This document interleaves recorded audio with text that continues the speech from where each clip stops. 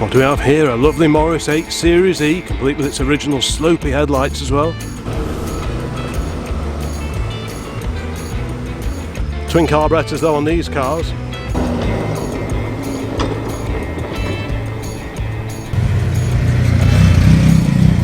Morris Oxford MO. Wow, that's nice. What a shiny one that was. What an incredibly rare car that is. I think it said there's only 3 known survivors. Quite a rare car that is. A lot of those were broken up, I think, to donate their engines. All about the occasional taking part.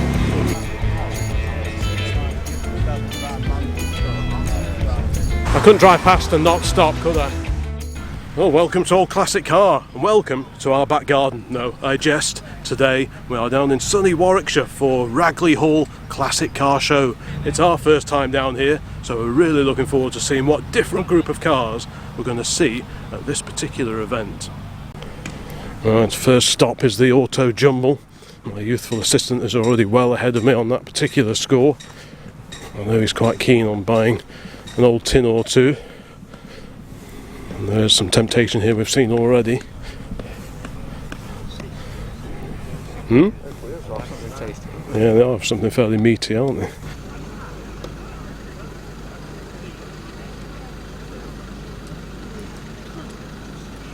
What the weather's going to do today, I'm not quite sure.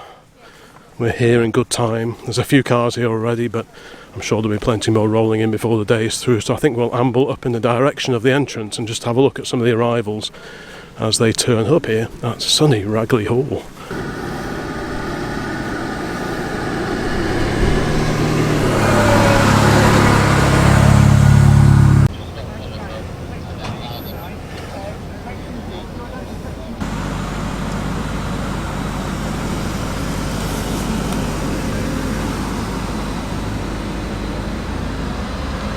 Austin Ambassador. Oh, you don't see those too often. It's kind of an evolution of the old Leyland Princess.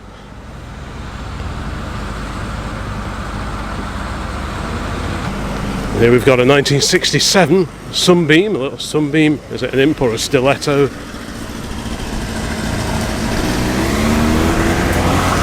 P1800 Volvo, the P1800S. Nice period alley wheels on that one. 1800E. I'm guessing that's fuel injected then. Got a TR8 drop head.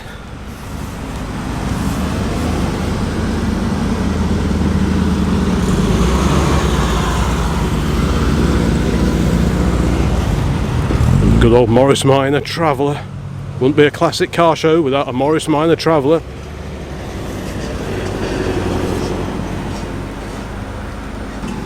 What do we have here? A lovely Morris 8 Series E, complete with its original slopey headlights as well.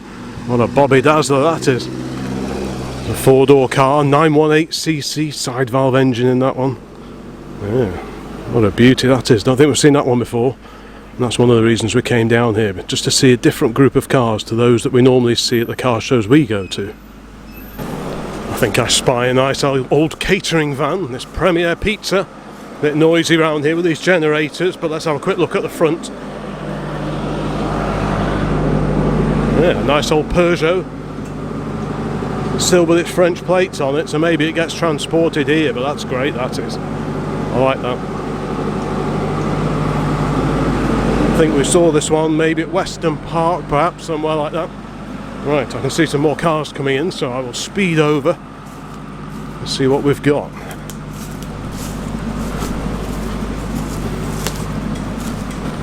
Here we've got a 1966 Wolseley Hornet.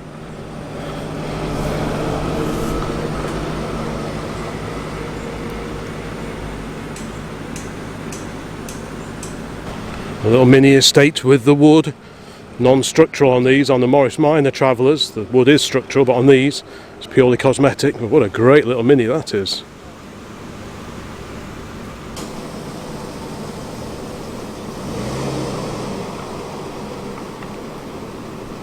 One of the Auto Jumblers here has got a fantastic Citroen CX estate. Might have to have a closer look at that one. Oh, would you take a look at that? An Austin A40 Sports. Very similar running gear to that of the Austin Somerset. Twin carburetors though on these cars. X300 behind it. And another Austin Counties car, this time the A40 Somerset, so that shares the chassis and much of the running gear with that A40 Sports.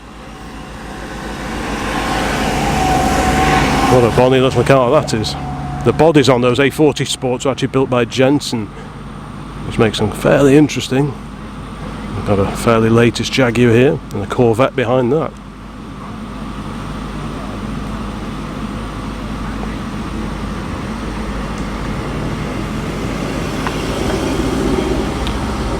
Quite a sporty looking Fiat behind that as well. Is that a Mirafiori or 131 or something along those lines? That's quite a rare car, that is.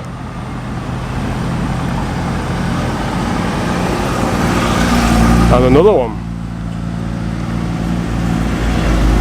A Fiat 124.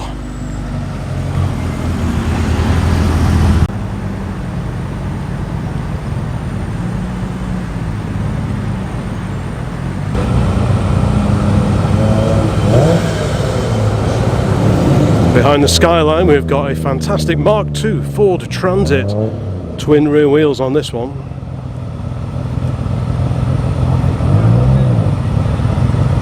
Followed by Capri, another of Dagenham's finest.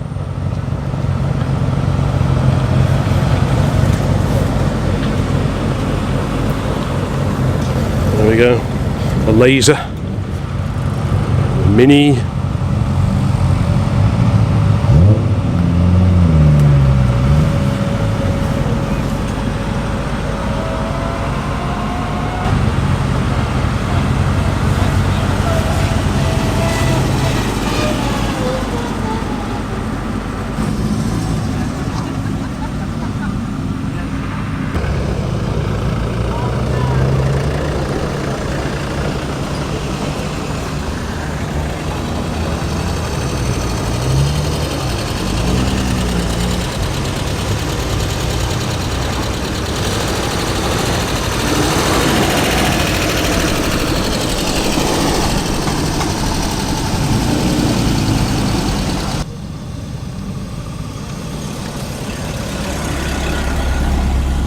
Rover P6, the TC, the twin carb car.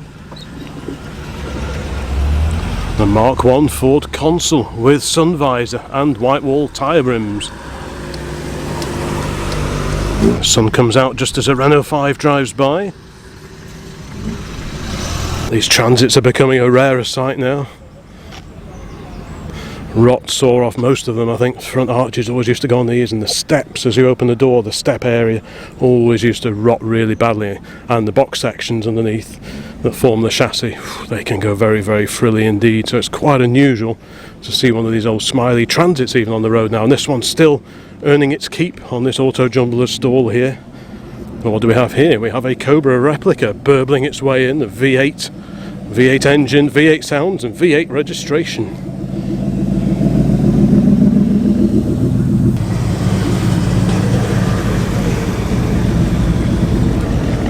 Look at that beautiful Chevy Bel Air of the late 1950s.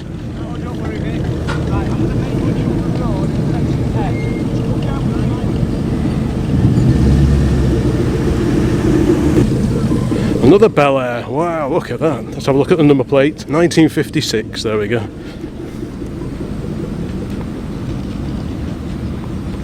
Field is beginning to fill up now, which is great to see. A Mini Cabriolet. You don't see those too often now. Wow. Austin Rover Group, or Rover Group as it probably was then, did actually sell those. It's not necessarily an aftermarket conversion. Fiat 500.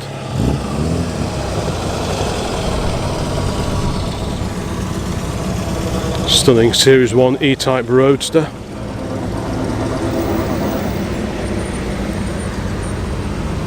MGB GT.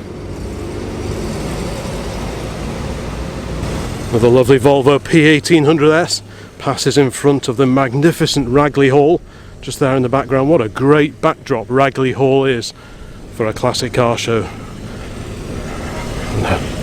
I do like this P1800S, slightly wider steel wheels. You can still buy those wheels, and they really do set off these old Volvos and Amazons. The PVs quite often have them fitted as well. So at first glance they look like the original wheels, but just slightly deeper rims, and they really do look good. What a beautiful car that is in bright red. Another Mark 1 MX-5, or possibly a UNOS import over there, so we're not alone.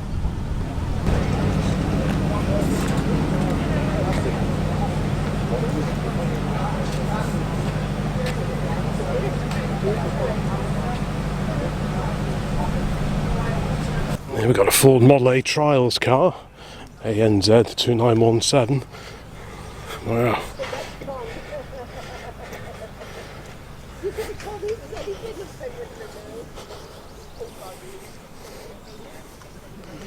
Yeah, always good to see something vintage at these shows.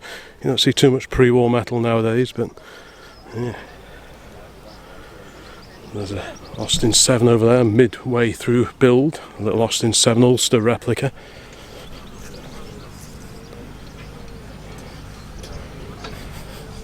There's a little Hillman Husky driving in. This one we've seen at Weston Park before now.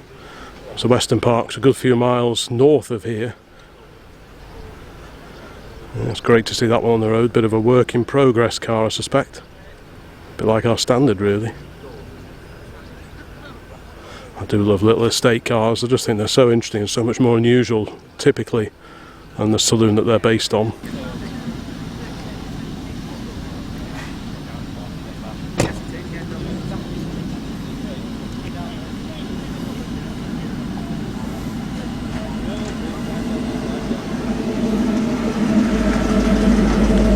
Following in the 65 Mustang, we've got this Chevy truck.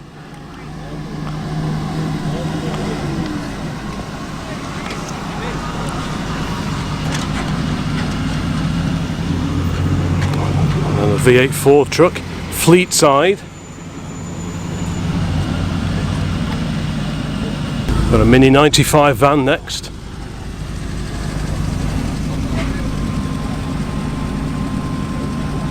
And another Mark 1 Ford Consul. What a great car that is. I do like those.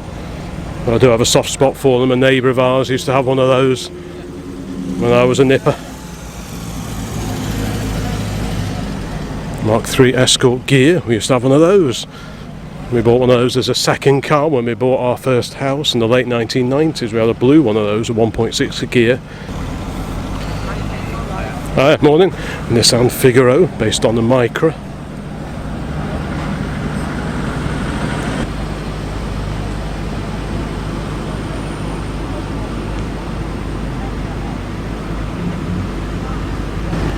Got a lineup of classics coming in now. The Lotus Esprit, very smart indeed. Morning. Beautiful little Alfa GTV behind that. Either 1750 or a 2000 GTV.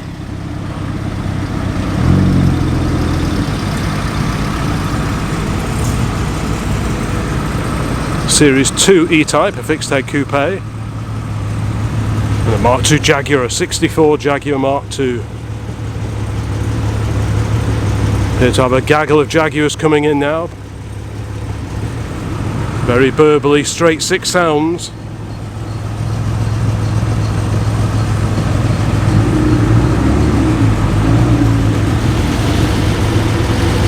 I can just see over there behind the Mark II a lovely E-Type, a V12 E-Type, so that'll be a Series 3.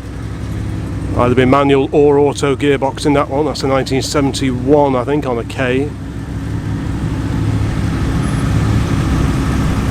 Very swish indeed. And back there, I'm getting hooted because I'm in the way. Someone's just dropped off a motorcycle. Right, where was I? Right, XK150. An XK150 fixed head. Very, very nice too.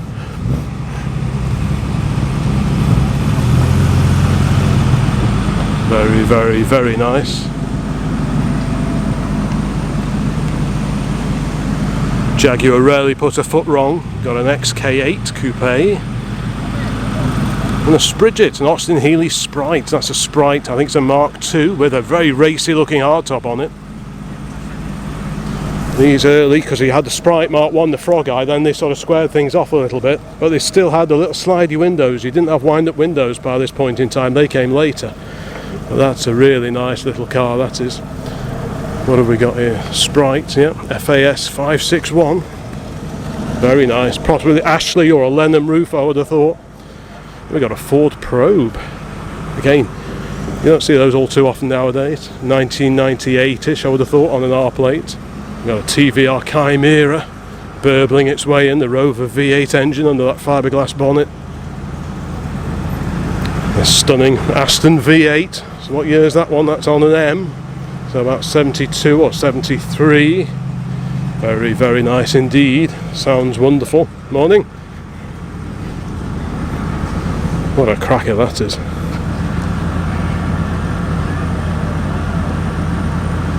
Real variety of cars here today at Ragley Hall. Aston, Land Rover. I think it could be a diesel. And a 67 Mini.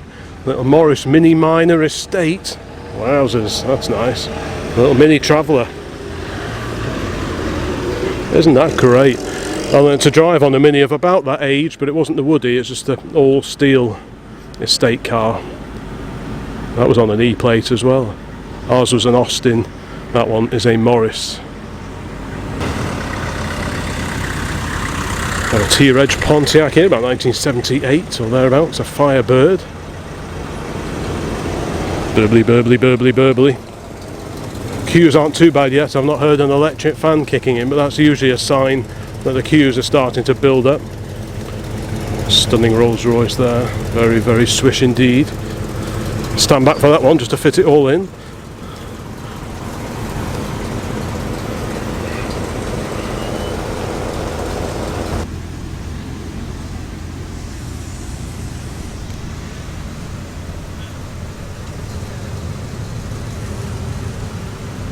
An immaculate Rover 2000 here.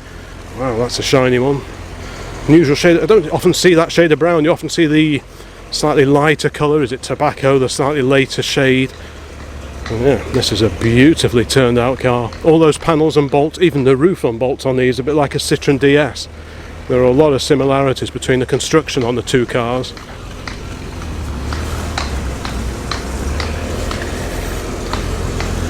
MGB Roadster on wires, very nice too. Painted wires, we approve of those. Not so keen on the chrome wires, but painted wires, they're great. Then we've got a Mercedes-Benz 190E, followed by a facelifted Jaguar XJS Coupe. These Mercs really go on forever, they're fantastically built cars they are. There's the XJS over there, and behind that one of those Renault Spiders. Not something you see all that often at any car show really.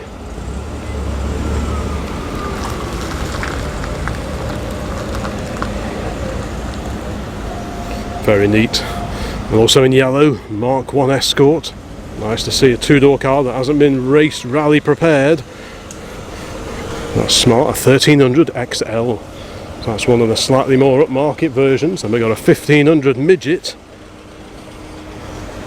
The Morgan, there's the first electric fan that I've heard this morning. Malvern's finest.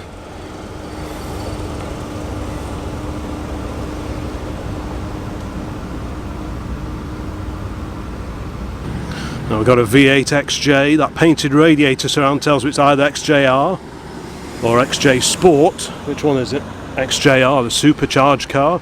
Then we've got an MGA Roadster, beautiful one in black. Very smart MGB GT, a rubber bumper GT. Another GT, this one chrome bumper conversion. It's on a V plate. Got another rubber bumper car down there. And behind that, a Roadster. So that Roadster's a bit unusual. It's got the MGC bonnet, but with a V8 badge on the front. Got an XJ40. Morning guys, you alright? Z4 BMW. Let's just take a walk a little bit further down, I think. There's a Vet with a difference. I wonder what's going on with that. Incredible. Here we've got A35, a four-door Austin A35. Very nice too. What a Bobby Dazzler that is. Longbridge's finest, of course. A mighty American. What's that? A Chrysler, I think.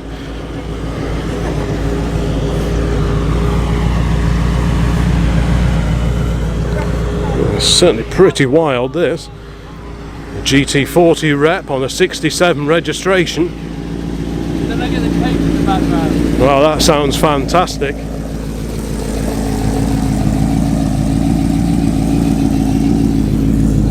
Lotus Elan Plus 2.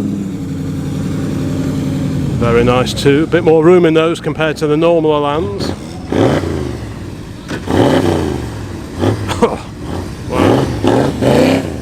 Unusual little Austin here. I think it's a 10, but I don't recognise the body on that one. I'll have a closer look at that one a bit later, I think.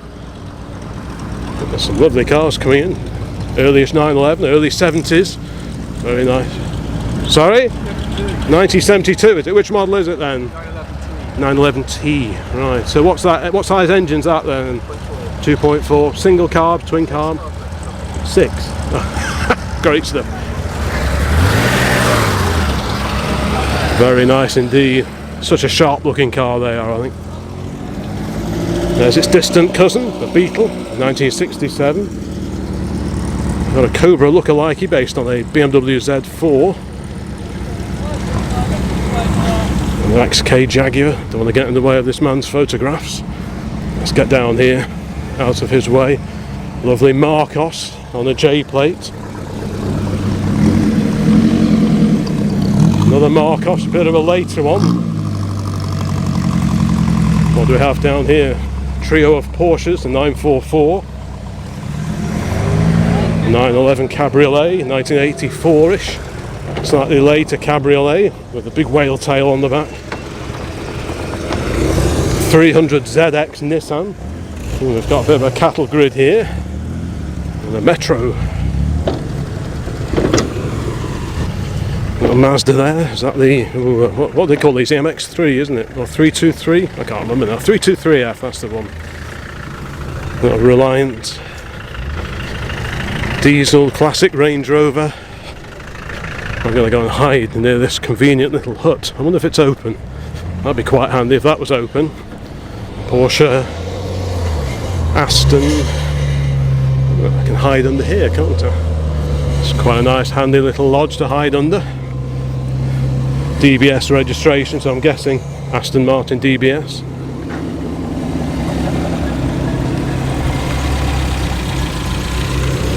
P1800S, we've seen this one before somewhere. Not quite sure where, but we've seen it before somewhere. Sounding very purposeful. Twin pipe exhaust system, 1800E. So again, I think that's the fuel injected coupe. A Mercedes SL, one of the 107 series cars. A 65 Moggy convertible. Oh, the rain's passed by now, so that's good news. Lovely little car that is. I do like that shade of green as well. What a cracking little hut.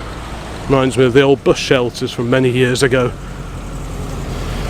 Right, Mark II Escort. An RS2000. Oh, Riley RM. Very swish. What a beauty that is in black. What a beautiful car that is. Lovely, I can see an original, lovely original interior in there, the leather trim, the wood dash. I'll have a closer look at that one a bit later as well, I think.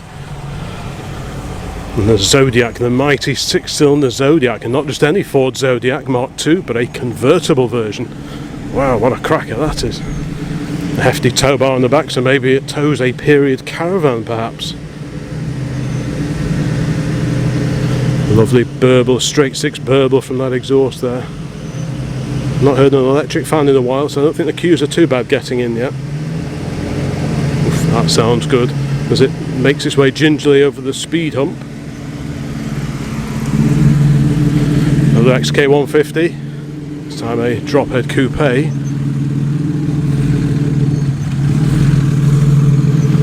Mark II Jaguar on a 64 registration, the cutaway, the Coombs style rear wheel arches on that one. Very nice indeed. An XK8, a drop-head. A little Rover 400, which is sort of the booted equivalent of the Rover 200.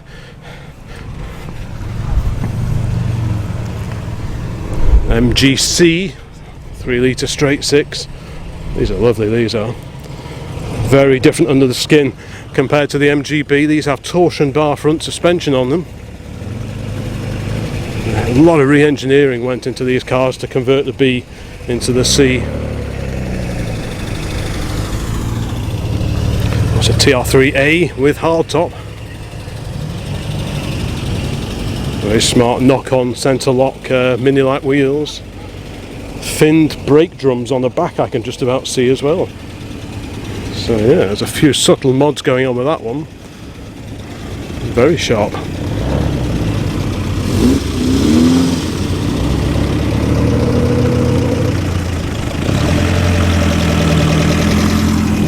The T-Series MG, so what's that, a TC I think?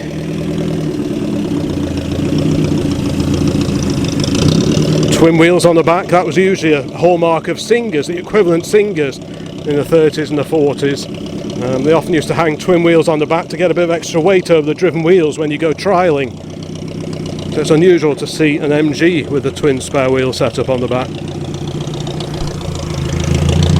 Now we've got a Capri 280, one of the very last of the Capris.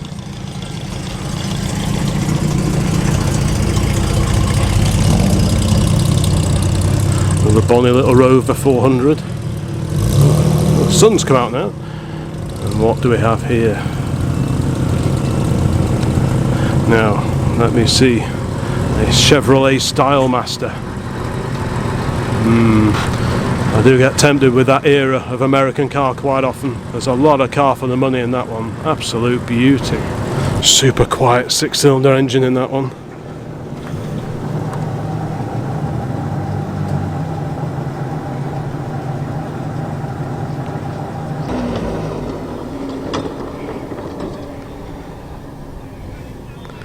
God, those Chevys are such stylish old cars, aren't they?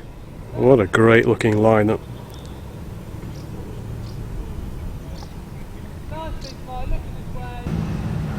We have a little home built here based on 2CV engine and running gear. I can hear the distinctive air-cooled sound of a 2CV engine revving its way up.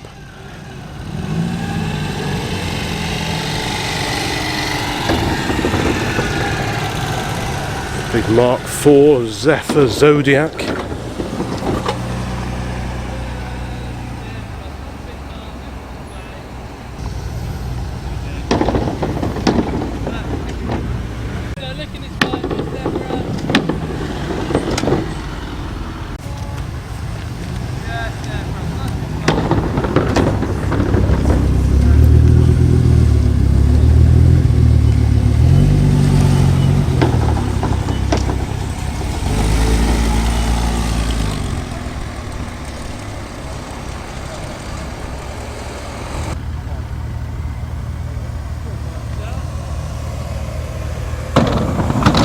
What do we have here? The Lost in Cambridge. Now this could be an A40 or an A50 Cambridge. Pretty hard to tell them apart, to be honest. They both had a B series engine in them. I think one was 1200 and the other was 1500, but we'll have to look at the badge on the back. It's an A50.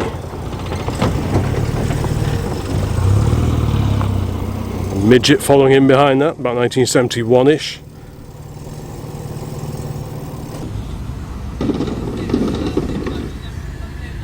Looks like something British has driven past recently. I've been joined by my youthful assistant recording for his car traction channel just in time to see this two-door console classic rattle its way over the cattle grid here. Yeah, that's pretty cool.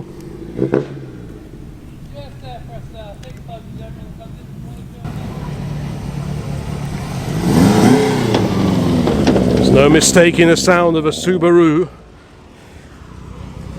And indeed a bay window VW.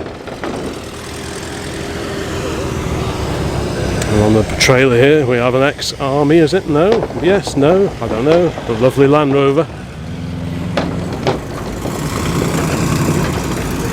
65 Mustang making its arrival known. Burbly, burbly, burbly.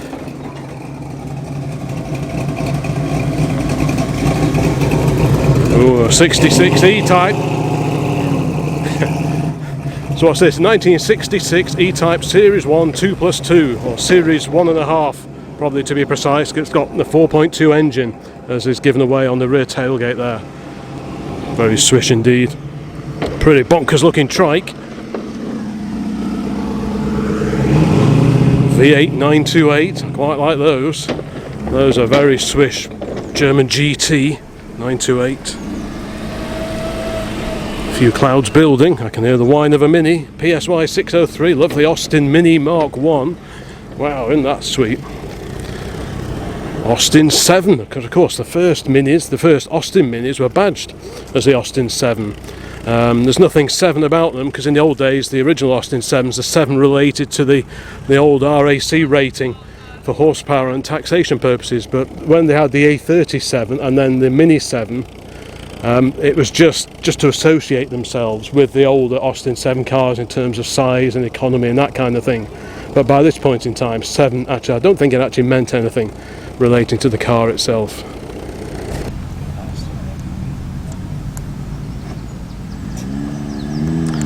Pesky speed dip, not a hump but a dip in this case. That's rare, isn't it? Yeah, 3-door Cosworth.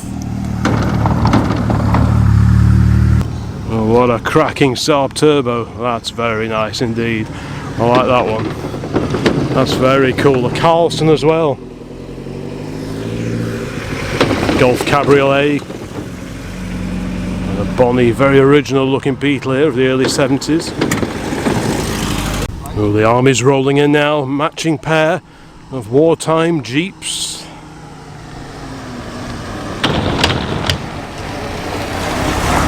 Military police, morning. Wow, beautiful pre-war MG. How original is that?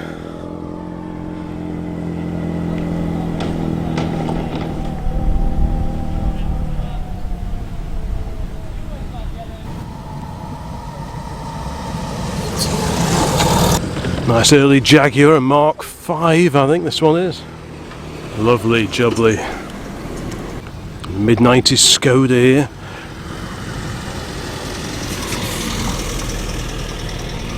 Oh, a good old Mini.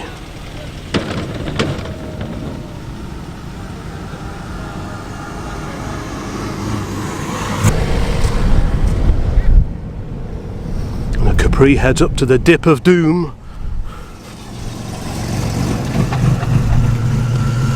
As does the Little Austin 10-4 Litchfield.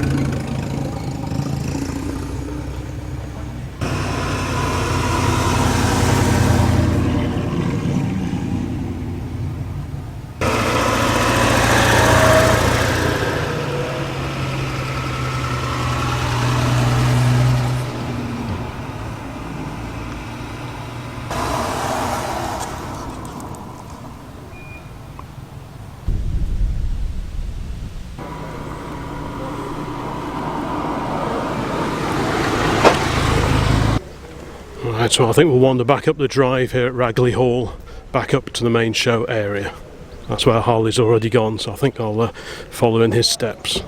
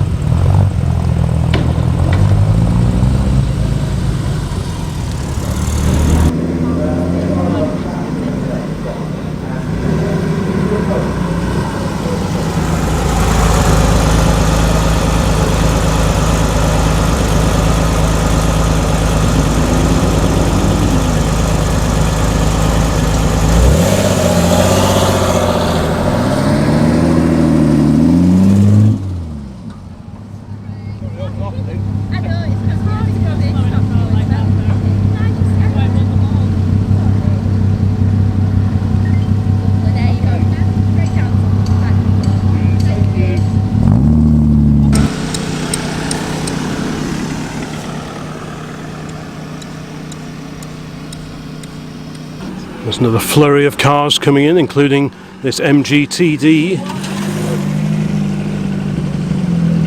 Oh, classic Saab, a Saab 96 V4 on the Ronal Mini-Light lookalikey wheels. There we go, over the hump.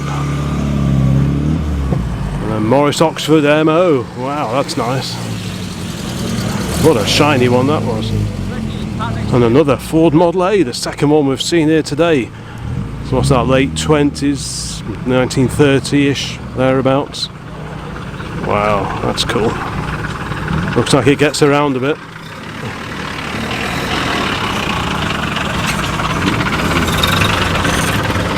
And Morris Minor convertible next one to negotiate the little speed hump. There we go, up and over. And quite an early Rolls-Royce Silver Shadow 1, 1966 on a D registration. That's fairly early for one of those. I suspect it probably won't even notice the little speed hump here. But looking at some of the grooves from many years ago, looking at them, clearly some low cars have tried to get over there. Yeah, just glided over. Oh, look at this, a 67 Austin A35 van. Bit of Wallace and Gromit.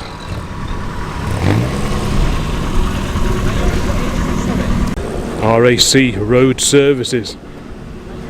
What a bonny little van that is. There was me thinking we were done with the rivals. Now we've got a Jensen Interceptor.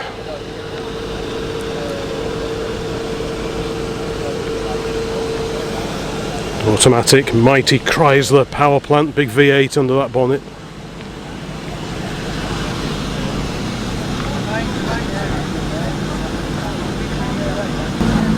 W124 series Mercedes saloon. Slightly bigger brother to the 190E that we saw before.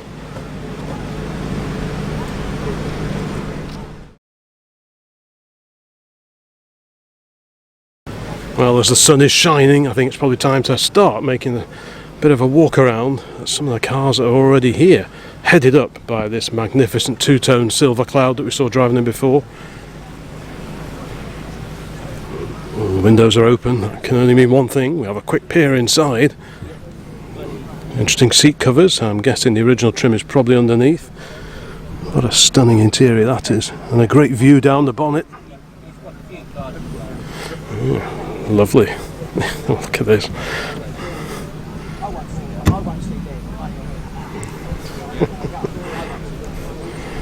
Wow. And gold, Spirit of Ecstasy.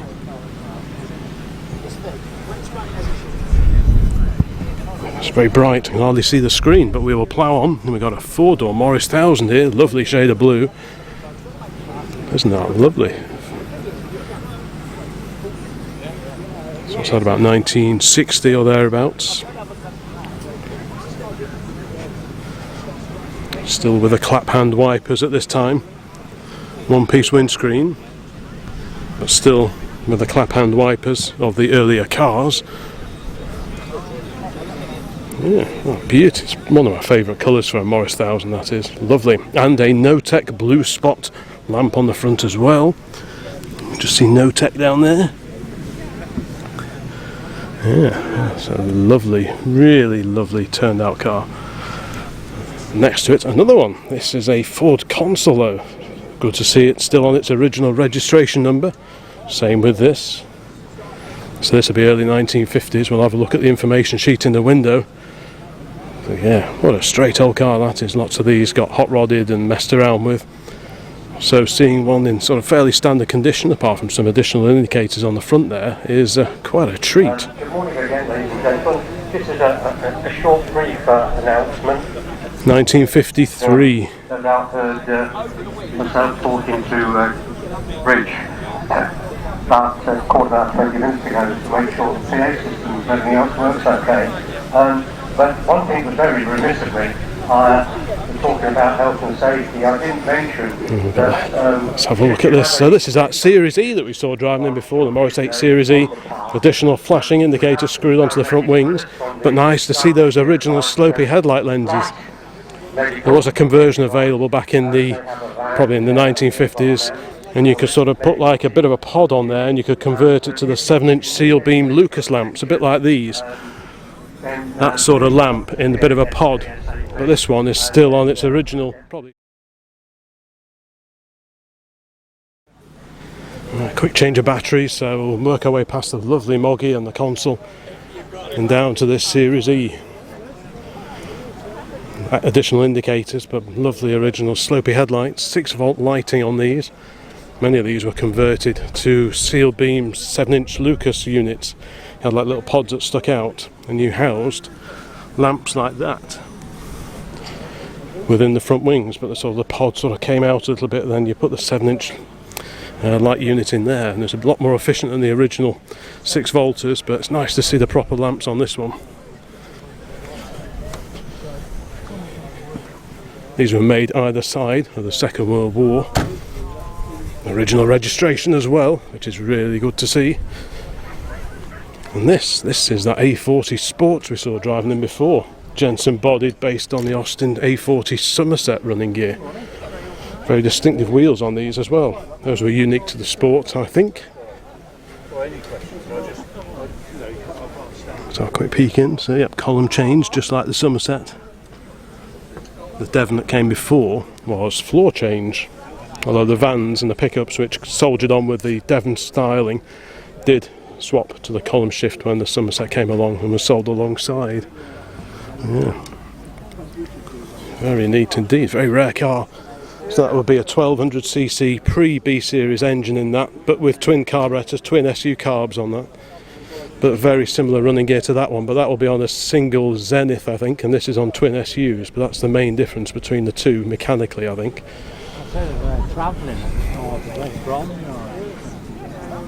Yeah, both Austin Counties cars as they're referred to now, because back then most of the models were named after counties like Devon, Somerset, Hereford, Hampshire. Yeah, so this is the Somerset on which that is based, the Sports over there. Separate chassis on these still, hydraulic brakes. Used to have one of these, the wheel fell off. And next to the Somerset, another Mark I Ford console. Slightly lowered this one or two little subtle mods. Most of the mods that you can see are in period. You've got the full width trims there on the wheels. Sun visor. Dinky little mirror there. Very nice too.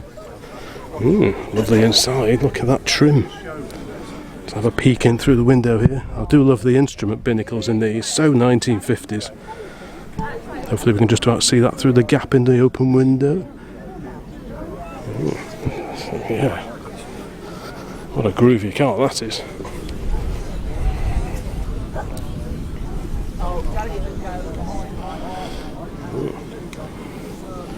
And here is that Hillman Husky that I saw before coming in. When I was up in front of the main hall, this one drove in. We've seen this one at Weston Park at least twice. It's great, it's still soldering on. Very groovy car indeed, and again original registration, which is good to see. And another Ford console. How many Ford consoles? I've never seen so many in one place before. This is a very nice two-tone example. Original, I think that's a Blue Mel's number plate. Yeah, we like proper numbers and proper plates. Super clean under here. Just need to peel a few stickers off the battery, but otherwise, a lovely, lovely car. What a cracker that is. There's that bonny little A35 we saw when we were down near the entrance, a 4-door A35 no less. Well, it's original VAD 100 registration. Bit of information, look at that old photograph, and there it is, VAD 100. Oh, what a great find that was. Owned by Mr. and Mrs. G. Nash of Broadway. They spent many happy times together driving in and around the Cotswolds. Fantastic. On yours, you just have the G lights.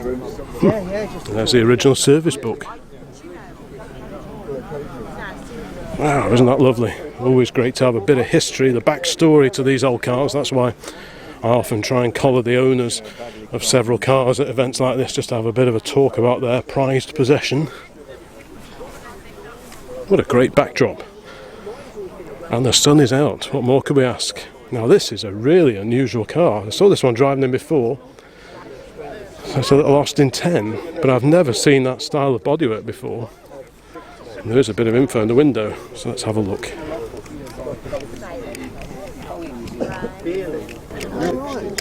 I think it was about a 6-member they all got together and thought. So the Austin 10 Pixie Vitesse. What an incredibly rare car that is. I think it said there's only 3 known survivors. And this is certainly the first one of these I've seen. Slightly smoother lines compared to the original Austin 10, which would have been the Litchfield at the time. So the front end is standard, the front end to the top of the windscreen, then everything back from the doors back has been specially coach built for this particular car. Proper plates as well. Yeah, Harley spotted this one. It's cottoned on to the unique almost design of this particular car.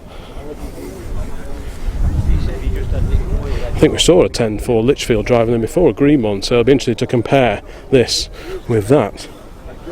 It's around somewhere and about, but yeah. Is it over there? Is it somewhere? Oh, I'm told it's over there. But yeah, what a great little car that is. I do like that. Again, this is what I was hoping for. Come to a different area and you see a different selection of wonderful old cars. Yeah, that's really, really cool. Okay, next up, KOF 392. It's great to see so many cars on their original plates. I'm really quite heartened by that. This is sort of early mid-50s Ragley RM Saloon. 1.5 litre car. 12 hours. Great little accessory lamp there. Radiot. Quite complicated structure on these as well, as I've mentioned before in various videos, but if you've not seen them, strap in, because this roof is like a composite. There's sort of padding and there's like a wire mesh behind there, and then this Rexine covering over it, so it looks a bit like a soft top or a convertible or a regular vinyl roof that you might have seen in the 70s, but it's very much not that. This is a very different kettle of fish. So if you're looking to buy an RM Saloon, have a very good look at this, because all manner of rusty activities can go on behind that Rexine covering, and they gradually disintegrate if they're left outside and water gets in, and things can get very, very serious indeed. There's a lot of ash framing in these, which was a carryover from the pre-war years really, even though these are sort of late 40s, early 50s, that kind of era. But a lot of the construction methods featured on many cars of that era do hark back to the older days. So like with any car, if you're going to go and buy one, go and have a look at one, do a bit of genning up first and just find out where the weak spots are. But this is a beautiful car. What a stunner that is. Such great lines. The styling of the front end's quite reminiscent with these headlamps in their own pods of the AC 2 litre, and perhaps even a little bit of the Jaguar XK. Yeah, lovely quality car. Dark blue background to the badge, so as we know, that means 1.5 litre. A pale blue background, it's the 2.5 litre. And there's that beautiful TR3A that came in before. 3A, yeah, 3A, because it's got exterior door handles and a slightly wider grille compared to the 3. Oh, a lovely hardtop on it, complete with perspex side windows.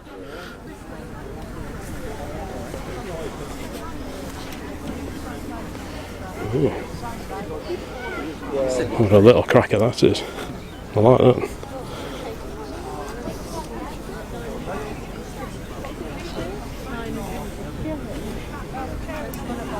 A T-Series alongside that. TC. There's 2 military jeeps. The military police. Best be on best behaviour. Yeah, I'm talking to you, young man. Best behaviour, or else. And there's that pre-war MG. Very, very nice. I always tell the earlier MGs, because they got the honeycomb radiator grille, as opposed to the slats of the sort of early post-war cars. I'm not quite sure which model it is. Nice badges. The Robin Sporting Motor Club.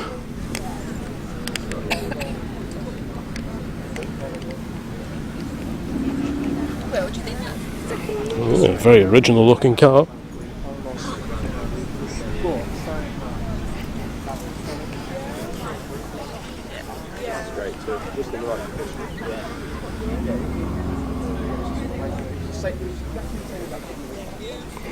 Quite a groovy speedo, look at that.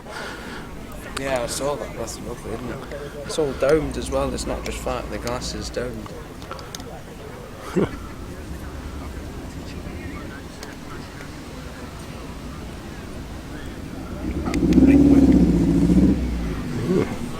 What a beauty, and it's got aero screens as well. So you can pop the full screen down and you can just have the little aero screens, little Brooklands aero screens. Are they Brooklands ones? Yeah, it's proper Brooklands. Right, yeah, what a cracker that is. And on the end here, a VW Beetle, a 6-volt Beetle. Beautifully turned out car that. 1956 is it? Proper German Bosch lamps as well, little spot lamps, a matching pair of those, probably quite hard to find then. I guess the bulbs might be a bit tricky as well. I do love the badges on these as well, lovely little detail.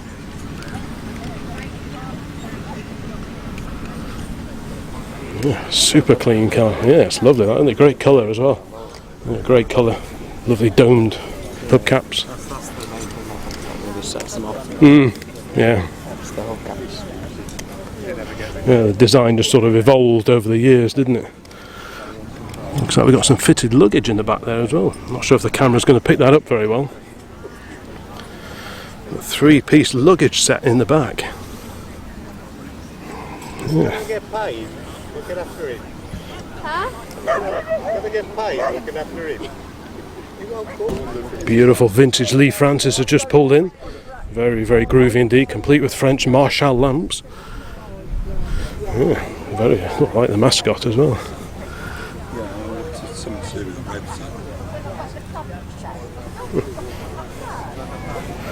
Very smart car, sir. Thank you. So what model are we looking at here? Type M with a Hyper engine. Hyper engine, right. Yeah, because the Hypers are like this. Don't they have like the slopey back sort of? Degrees, but, the radiator. Yeah, because that Tom, what's his name? Tom Delaney was it? He used to race one of those, didn't He it? won the Ards Grand Prix in it. Did he? Yeah. Wow, I remember seeing him. Bugattis and Alphas. I remember seeing him years ago. Possibly Goodwood or possibly a hill But climb with somewhere. that engine, she will compete with Type 35 Bugattis. Only the A's, not the supercharged ones. jobbies. Yeah. Wow. So what's the history of it? Has it always been in this guise, or barn find was it? till the 80s? 50 years in a barn. Yeah. And then So was it a saloon to begin with then? it was a or- drop head saloon, Right. 4-seater soft top. Yeah. And then it came into the possession of somebody who decided to supercharge it but never did, so they moved the engine backwards, put the 2-seater body on. Got you. So I inherited it with no supercharger, so I then put the supercharger in, and then we put a brace in to stiffen it up. Right. But it took 6 years to get the engine sorted, because we had to have all the casings made. Oh, did you? Well, it has to be to full VSCC spec. Yeah, I was wondering. So is it eligible for VSCC and So everything? front casing, supercharger, everything had to be made to the original Wow. drawings. Let's have a look under here then. Wow. So what did you use as a basis then? Sort of the Hyper inspiration, engine. right? Hyper. So that's the So hyper. it's full Hyper engine, Yeah. Right. apart from the inlet manifold, which we made ourselves. Right. And So were the hypers supercharged as yeah, well? yeah, they were. Right. Yeah. I see, So I had to move the carb over the other side. nice afternoon job then. Yeah, nice afternoon job. So yeah, it took some time, I'll bet it did. Yeah. but lockdown helped. Yeah, I think a lot of projects sort of moved along a bit, didn't they? Yeah, When you couldn't because go it was anywhere. time you had rather than. Yes. You weren't missing. It wasn't about money. It was about time with things like Yeah. this. Time. If you had the bits already, then. Yeah, and you know the thing. 90% planning, 10% doing. Yes. Just got to decide what you're doing. Yeah. The amount of times I tacked all these manifolds up and then decided they were wrong. Yeah, But yeah. you just tack them first until you get it right. Until you get everything in the right. Yeah. Wowzers. So how long's it been done? And 2 sort of weeks. Was that In it? fact, it's not even done. Oh, well, they never are they? But No, but it's I've got to lift the back suspension up an inch because it cracks out on bumps. Right. We've got a slight misfire on one of the cylinders, and what else did we say we got to do, eh? Rewire the dash again. Rewire the dash again, just to tidy it up. Yeah, just Oh, that's just nice, all these isn't it? silly Yeah, that's things. nice, So, yeah. but the main thing was get it on the road, get it, I suppose, test driven and this all the summer. snagging. Yeah, although I meant to Cop Hill climb in September, Oh, yeah, so yeah. we've got an entry to Wow, that. So wow. it's odd enough. I think. So what's the bottle here then? Bottle is at the moment she's running on 1% 2-stroke, Oh, right. but that connects into the after the carb comes in here. Oh, the carb's over there, isn't it? Yeah. Yep, so it's top end lubricant, so as the vacuum rises and falls there, this will feed Oh, oil in. So that just lubricates the valves a bit. Yeah, does but it? post mixing of the carb, Right, so got you. that's probably why it's running a bit rich at the moment because it's feeding in 2-stroke, the wrong side of the carb. Oh, right. Whereas right. we want to get it the other side. Not an absolute necessity, but if you want to preserve the Protect veins it, on the don't supercharger, yeah. Don't they run a bit cooler if you spray a bit they of do. oil in as well? Yes, they do. Yeah. But I mean, if you touch the inlet manifold, it won't be hot. Because didn't people, or don't people, sometimes put a drop of 2-stroke straight in the fuel tank? Yeah, they do. Just to keep them to sort of But run a bit that's cooler. But not the best well, that's way. going to be a bit smoky, isn't it? I would Yeah, have so, thought. but no, if you feel that, it's so cool. Yeah, wow. About 11 o'clock. Yeah, it's unusual. You can touch it that soon after pulling up, isn't it? Wow. So what year is it then? Is it 27. 27? Right. Ragley Hall for many years. And when we had classic shows here, Phenomenal car. to compare some of those over the Oh, years. right, so we got some bit of blurb. Oh, right. Here we go. We like a bit of blurb. Where you are statically, so you've got to bring your vehicle into the arena. So that's how it started out. If you come into the There's a Tourer left away in a barn, exhibition track, and then converted you fly into the car that you see here. over the Been rebuilt to the full Lee Francis work specification as racing period. Yeah, absolutely everything. So, it's an event for each and every one of you. That's You've got a classic vehicle. pretty amazing car. Yeah, lovely, lovely car. Well, won't be pop that show there. clean. It'll be raced. that's what they're for, isn't Yeah, it? we That's already what they're raced for. it before we put a supercharger in, and that's what drove the must have more power. Once you start, there's sort of a Yeah, we've no doubled going. the power output. There's no going back, To is about there? 110 horsepower. So I guess that bobs on quite well then. Till we get rid of the misfire, we won't know, but we're suggesting well over 100 mile an hour. Yeah, Because she only weighs 650 kilos. exactly. There's not going to be Maybe, much. we don't know. Not But much weight there, is there? No. no, and she's got a really, really 10 seconds here. the thickness of that. Yeah. It's so thin. Is it quite lightweight? Is it? Oh, crikey, It yeah. is. Yeah, actually, yeah. It Nothing is. to it. No, no, no. That's why the strut had to go in, because the feel- engine mounts form the basis of the Oh, chassis. isn't it? oh, heck. Oh dear. Right, I think we'll wind this one up. But thanks very much for the quick intro to your wonderful Lee Francis. Yeah, bit of the damp stuff. Let's go and hide somewhere. Here's that Jaguar Mark V that we saw coming in before. 3.5 litre this one. Country car vehicle storage. Oh, very, very swish indeed. 1950. There you go. First announced at the 48 London Motor Show. Very sleek looking car. I think it's probably the first time they sort of integrated the headlights, on the saloons at any rate, into the front wings. In terms of storage of classic vehicles and how much it costs and the safety of them. And who So this was an evolution, I think, of the Mark IV, before such time as the Mark VII was ready for sale a little bit later in the 1950s. But yeah, it's quite rare. You don't see many of those around at all. Next to that we've got the Model A Tourer. And people say, who's Steve Berry? Yeah, looks like it gets around. A number of decades. He used to be on the Top Gear. And And here's that Morris Oxford MO. Side valve powered, same engine as the Morris J-type van. radio on BBC 5 Live in the early years of the 21st century. And he's still bonkers about What an incredible condition this is, wow. The Oxford MO, this was like the bigger brother to the Minor at first glance. It looks very similar, especially from the side. But the giveaway, if you just see a photograph of an old Morris, The window frames on the side, on the minor, are much squarer here. But on the MO, it's all rounded off a bit. The car's a little bit bigger, but sometimes in old photos you can't quite work out the scale of the car. But come around the front, and it's very different. The earlier MOs, the bonnet curved around here. This piece here, this section here was part of the bonnet, but people were clouting their heads on this very sharp corner whenever the bonnet was up.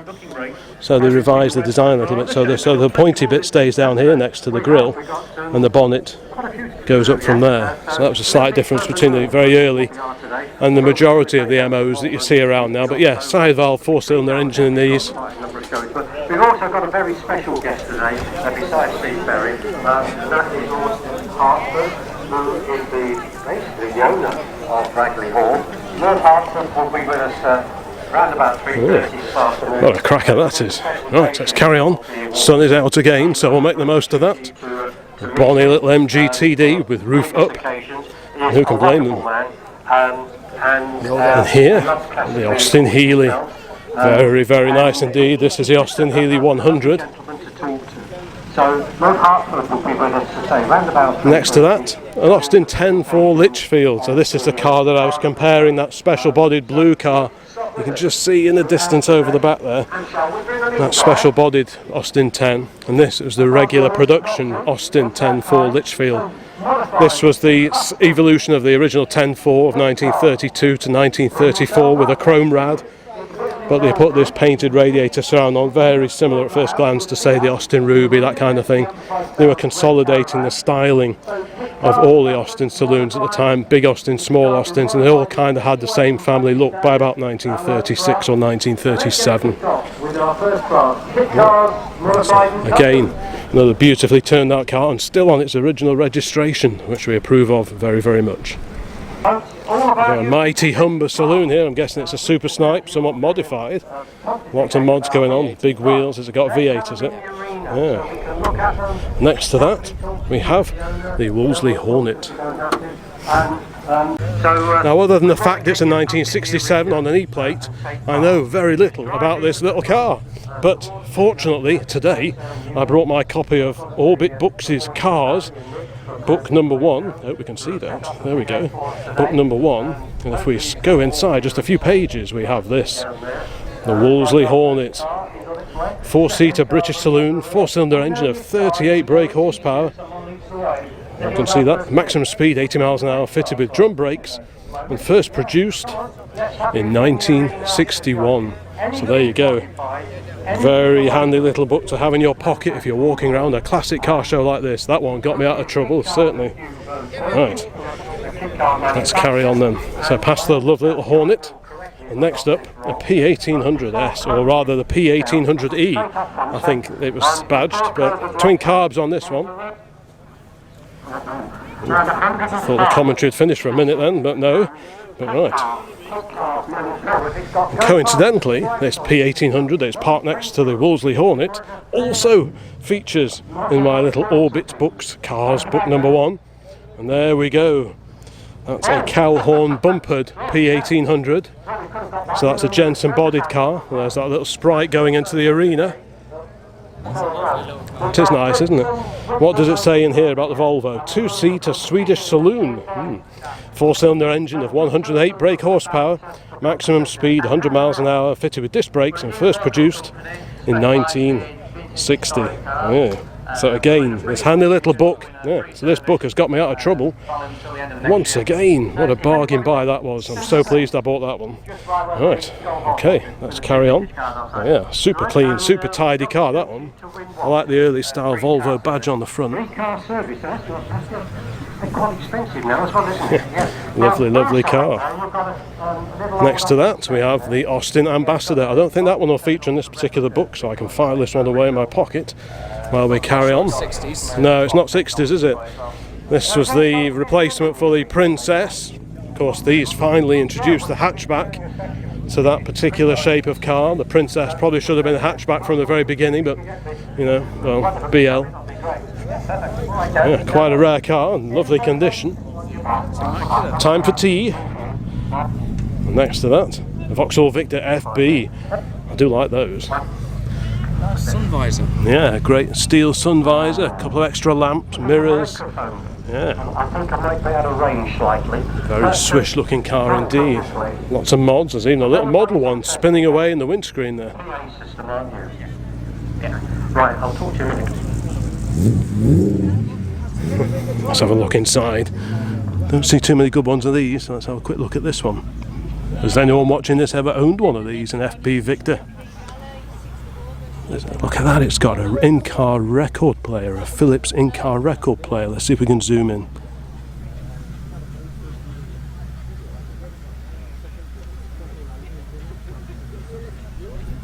Wow, that's a rare accessory, not seen one of those in years. What a cracking car, apologies for the reflection. Yeah. What a beauty. Glistening as the sun breaks out. Next up, we've got a Herald 1250. So that's the early style front, that marks it out as a 1200, but the Webasto roof was a standard fitting on the 1250. And that's what we're looking at here. So this is sort of a plush upmarket version of the 1200. Yeah, that's the 1250, although it's a standard, yeah. So if you had a regular 1200, you could go to your nearest breaker's yard, your nearest scrap yard, climb to the top of the pile of cars, and if there was one of these up there, you could unbolt the roof and bolt it onto your own Herald, or indeed Vitesse, and there you go, full-length sunroof. Just a few nuts and bolts.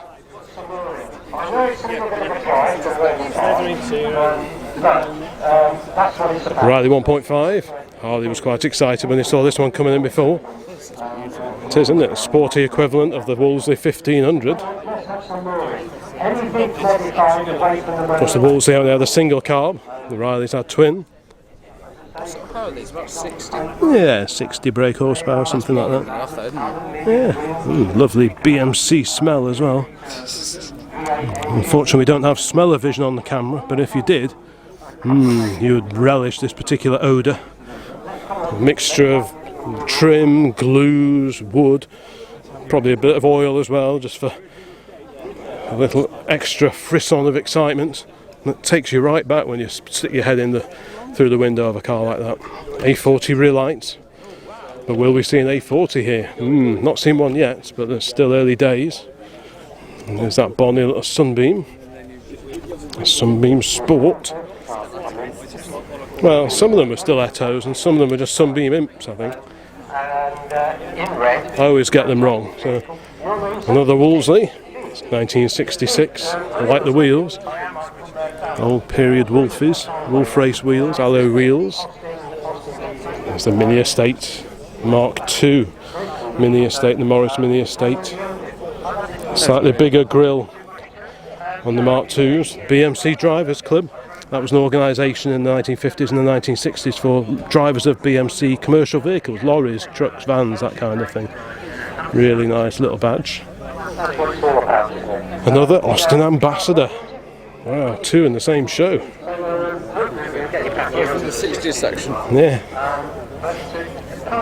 There's that dark green E-Type Series 1 that we saw driving in. P1800 with the nice wide deep rim wheels. Looking pretty groovy. What a great looking car that is. I think I said in another video, if you took the Volvo badges off that and if you didn't know any better, you'd never guess that was a Volvo, would you? Especially compared to what they were making by the 1970s, the really boxy saloons and all that kind of thing. To produce something that was not that dissimilar to some of the Ferraris even. It was pretty amazing for Volvo. We've got this Alpha GTV. It's 1750 that one. Is it 1750, is it? Yeah, I was speculating as to whether it's a 1750 or a 2000. The Series 2 E-Type fixed head. The Mark II. Looks like a nice original car. 2.4 litre. 2.4 auto, which I thought was sort of really obscure spec. Look at this 2CV. And this is where the Austin Healey Sprite was parked. With the Ashley GT hardtop. There we go. That one's over in the display arena at the moment. But yeah, what a fabulous little 2CV van, or AK400 as I think this one probably is. It's on a 64 plate. Super original looking van that is. That's fantastic. The Rover 100, the P4 series, Rover 100. Very handsome machine. And there's that very bonny A35 van.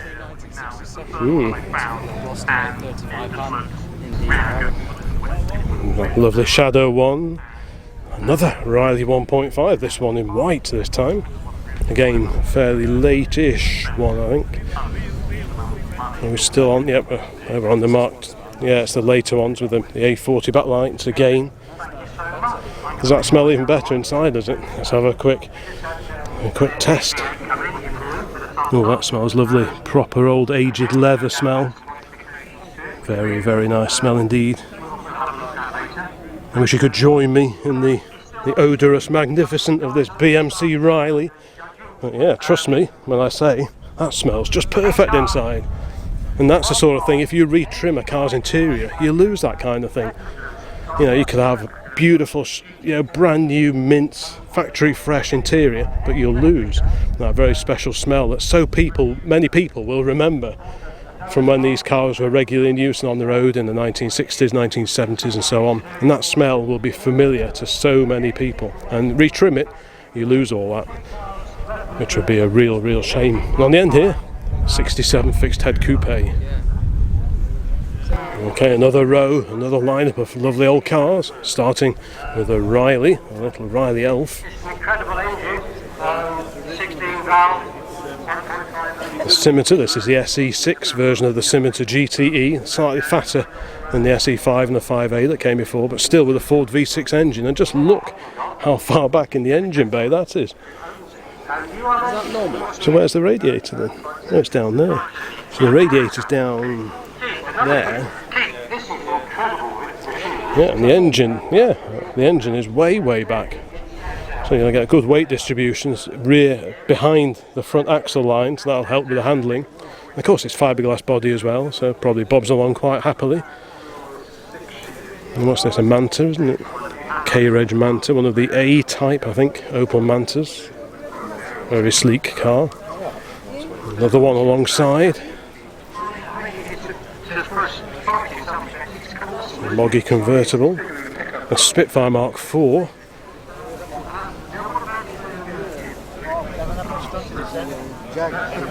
A very bonny little, fairly early Imp, a Hillman Imp. Sounded nice, this. Yeah, like the wheels. Again, slightly wider steelies. So you have to look twice to spot them, but yeah, it just sits on those really nicely. Of course, rear engined as well. This has got a heating element, a demister element set into the windscreen, or stuck onto the windscreen. Nice talking to you, thanks for your time, really appreciate that, man. Okay. But you've got the know-how, man.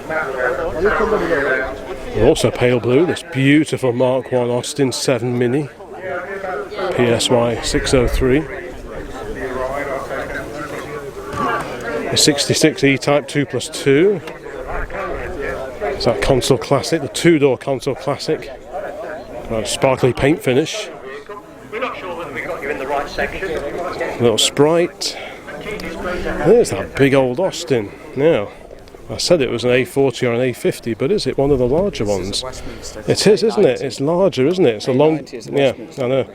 It's the A90, isn't it? Because when I caught a glimpse of it driving in before, I said it was an A40 or an A50, but it's not. It's longer than that. It's the A96 six-cylinder car, longer front, slightly more upmarket than the equivalent A40 and the A50. Very similar interior. I'm not sure if the window's open over there, but oh, that's a rare old girl, that one. Got the flying A for Austin on the bonnet. Maybe you had one of these, or the smaller A40 or A50 back in the day. Let me know in the comments your memories of, well, any of the cars that feature in this classic car show video here at Ragley Hall in Warwickshire. There's that big old Zodiac. We have been caught out in the past. MGC, very swish car, but didn't sell in great numbers back in the day. The XK8 drophead. convertible version of the XK8, so the Jaguar's V8 engine. The Mark II Jaguar, again 2.4 litre. There's the XK150 drop head coupe.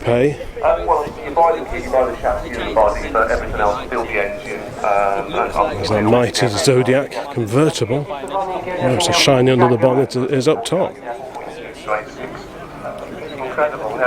How long did it take you to build? Some of these were converted to triple carbs and fancy reworked cylinder heads, the Raymond Mays conversion. This one I think is fairly standard, but yeah, beautiful, beautiful condition, that one. A little Moggy convertible from 1965, in my favourite shade of green.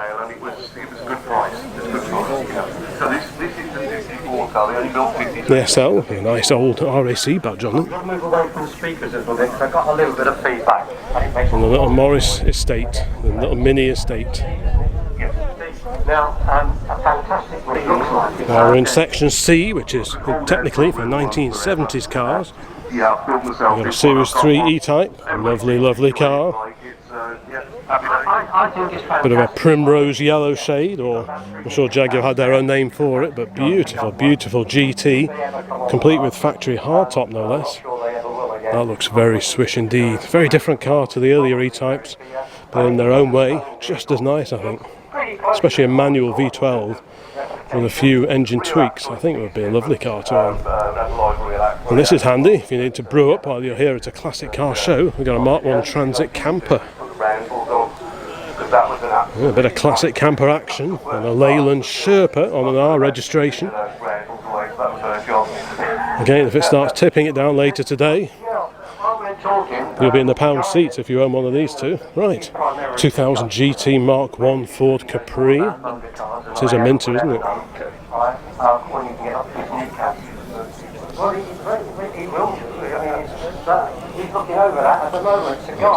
It's a bit of a sort of kit car special type machine. It is, I think, yeah, Z3 I think under there.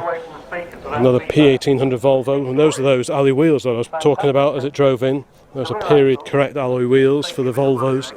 If you look just over there, there's an exactly identical one. Is there? Just next to that Escort over there. Oh yeah, One, exactly the same yeah. I can wheels see it and just all over the back sorts. there. Yeah. There's a few of them here today, aren't there? Yeah. Oh, these little Fiats. Are these 131s, Mirafiores, or It's probably something like that? Quite a sporty Fiat saloon of the 1970s, twin cam engine. What a great 70s colour as well. Wow. Mirafiore Sport. God, I'm amazed as any of those have survived. How has that survived? Or indeed, the other one that's next to it. How did either of those two survive? I mean, these would have been a rival, I guess. But these have been a rival to the Mark II Escorts, the RS2000s, perhaps something like that. Certainly reminds me of that kind of car. But yeah, I mean, those, well, the both of them, super duper rare. I'd have the orange one, I think. Yeah. I like colour. They're just brilliant though, aren't they? I like these little spoilers at the back and the twin exhausts, and the mini lights. It just looks so good, doesn't it? Oh, yeah, pretty groovy. Sharp little design. Yeah, really groovy, aren't they? and then they took it to the mall, having developed them and done off the mid-tech. Actually, I prefer the steering wheel. Got a fuel filler built into the rear quarter there. I prefer the steering wheel on this one actually. Yeah, that's a Sporty one. yeah, a proper Bath steering wheel. Yeah, quite small little dainty mirrors as well.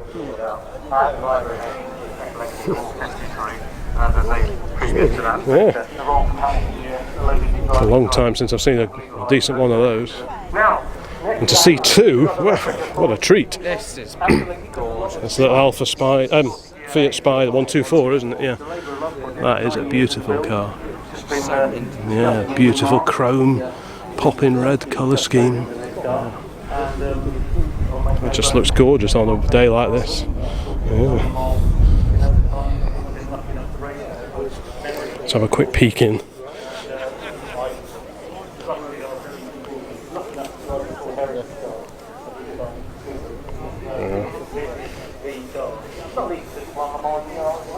Oh.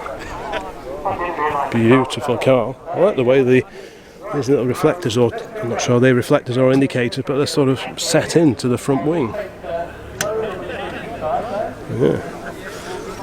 Lovely, lovely car, that. Okay, there's that P6, the 2000 TC. Very bonny little Fiat 500. Range Rover Classic, a two-door. The mighty Aston Martin V8. Was this the era when whoever built the engine used to sign the engine in the factory?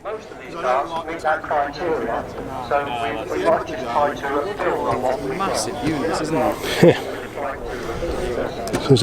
There's the Dizzy down there.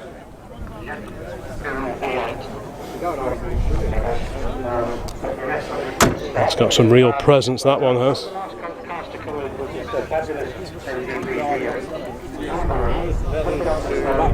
Rover 2000 P6, there's that brown one we saw driving in before.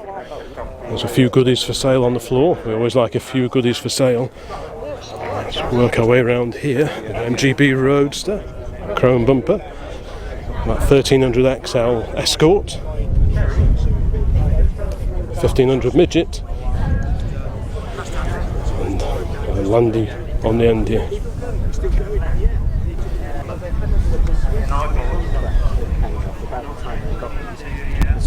Bay window VW camper here on a K, nice old number plates, nice proper letters. Now this is a nice little Opel here, the Opel GT. Quite a rakish looking little car. It sort of reminds me a little bit of the Vauxhall XVR prototype of the late 60s. Echoes of that in this car, but these are lovely little cars. All left-hand drive, I think, the Opel GTs. I think they sold quite well in America.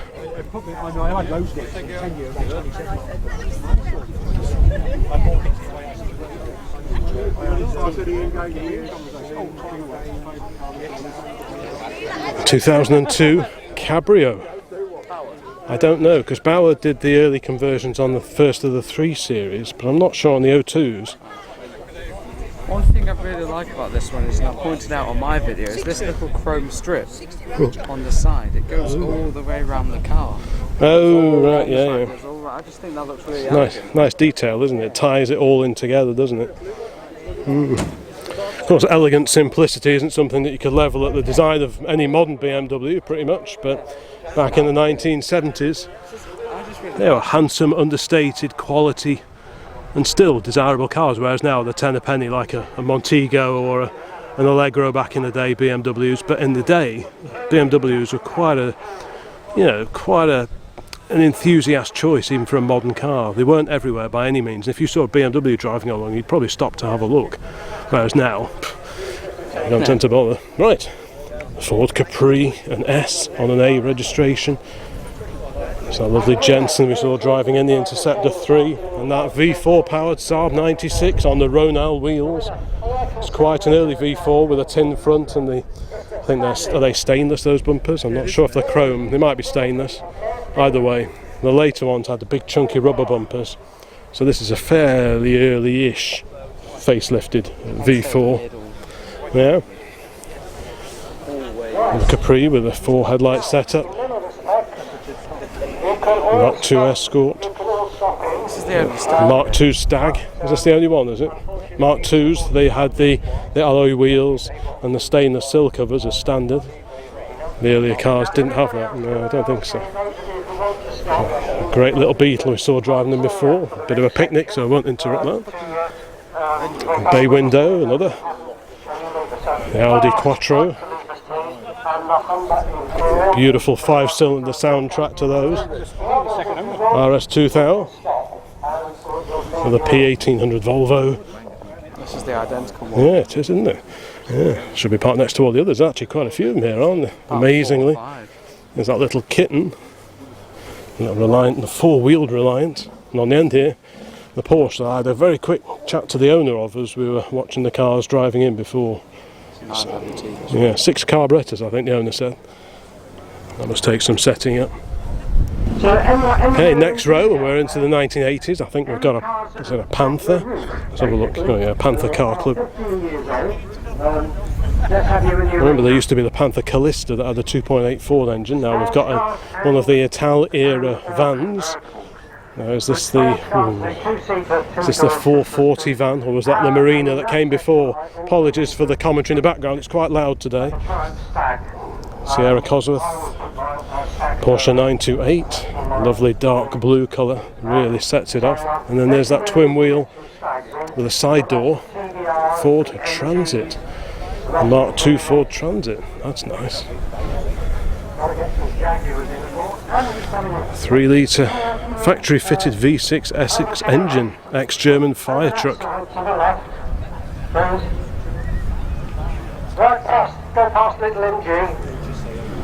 There were quite a few transits down at Gaydon when we went to the classic and commercial vehicle show just a few weeks ago. I've got a feeling this one may have been there, but I could be wrong. Right, Capri Laser, quite a late Capri. MG Midget, very bonny example in bright red there, about 1970-ish. The boxy Volvo 700 series, could be a 740 or a 760. Designed very much with the American market in mind, hence this really angular styling which was all the rage in the 1980s. But unlike other Volvos, like the 240s that came before, the doors are actually quite flat, whereas on the 240s they came out and quite tank-like. And the rear window is almost vertical on these. So that's the 740.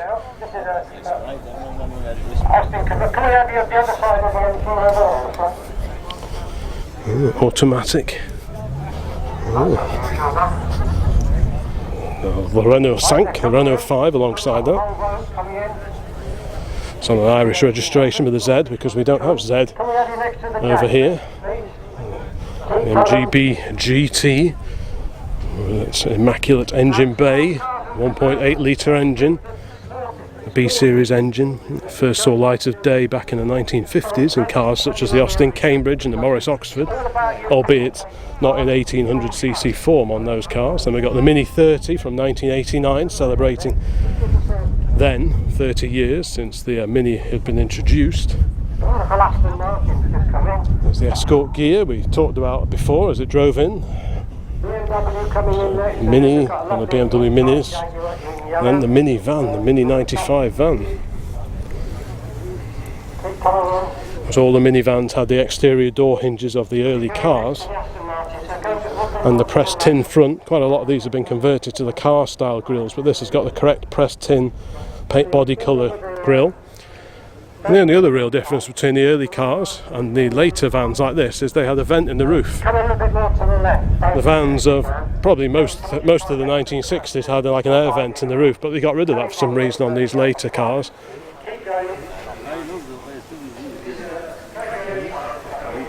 Most of these little vans were worked to death and rusted away, so survivors that are in as good condition as this are really hard to find. The wind's getting up a little bit now, not mine, the atmospheric type.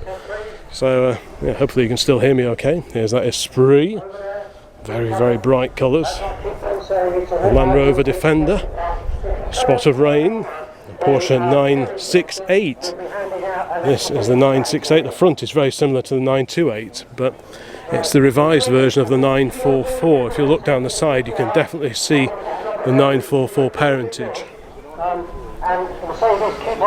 But the back end is also very different compared to the 944. This has quite a squidgy rear panel, and the reason I know it's a squidgy rear panel is many years ago one of the directors at the bank that I used to work at, he had one of these, a brand new 968 CS, the Club Sport, and I parked my Saab in the car park, and normally Saabs had to be put into reverse when you take the key out, but mine, it didn't work, so one day I forgot to put it into reverse. I just put the handbrake on, which operated on the front wheels, the disc brakes at the front, and as the brakes cooled it released the brake, and because my car wasn't in reverse it rolled off down the car park and ran straight into the back of the director's 968 Club Sport. So that's my abiding memory of these cars, and I actually lost my no claims bonus without being sat in the car at the time, which was a bit annoying. Yes. Quite a rare car now. Next to that, 205 GTI.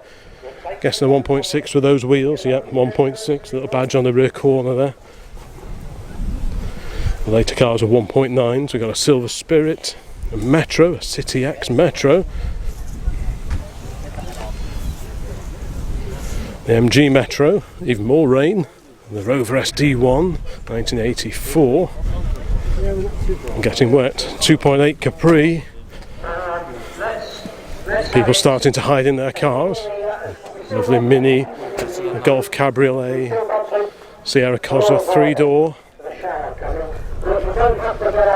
968, like I say, very similar front to the 968. It's that XJ40 Jaguar.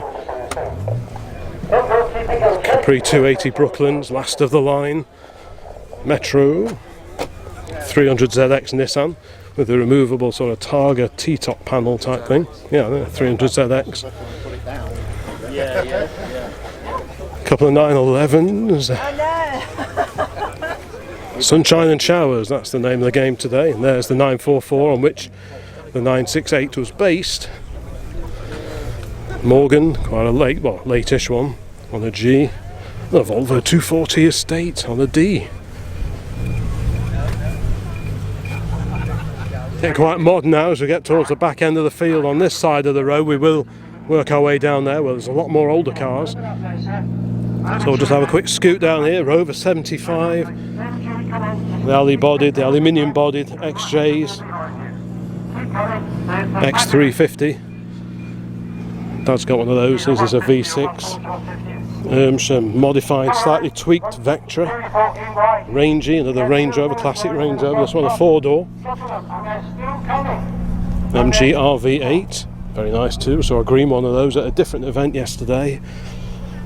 SL Mercedes, Granada Estate, the Gear.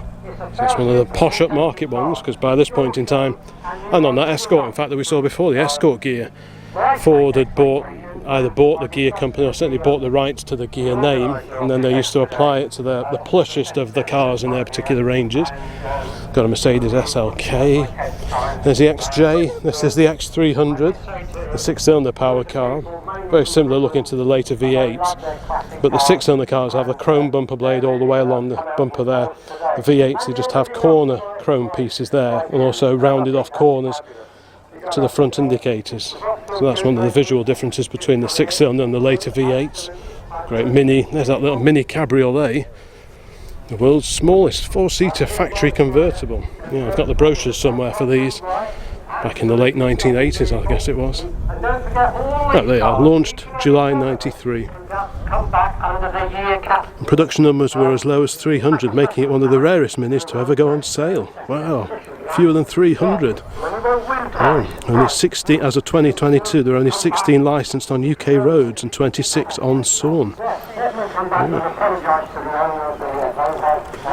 Certainly been a little while since I saw one of those.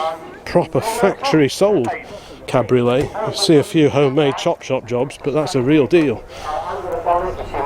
Disco 2, Land Rover Disco 2. Used to run one of those as my regular car, the facelifted version of the Disco 2. Landy, a Ford Probe. There's a little 323F Mazda, not a car you see very often. And there's that fantastic red Saab, we do like that. The 900 Carlson, named after rally legend Eric Carlson, of course. They did the Carlson version of the 900 and also the 9000. And on the end here, we have an Ineos Grenadier.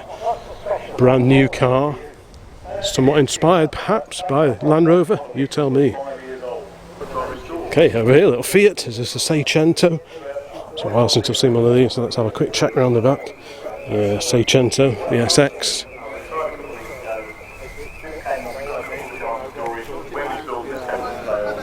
TDI Defender, XKR, so this is the supercharged version of the XK8. You can always tell these because they've got those louvers set into the bonnet.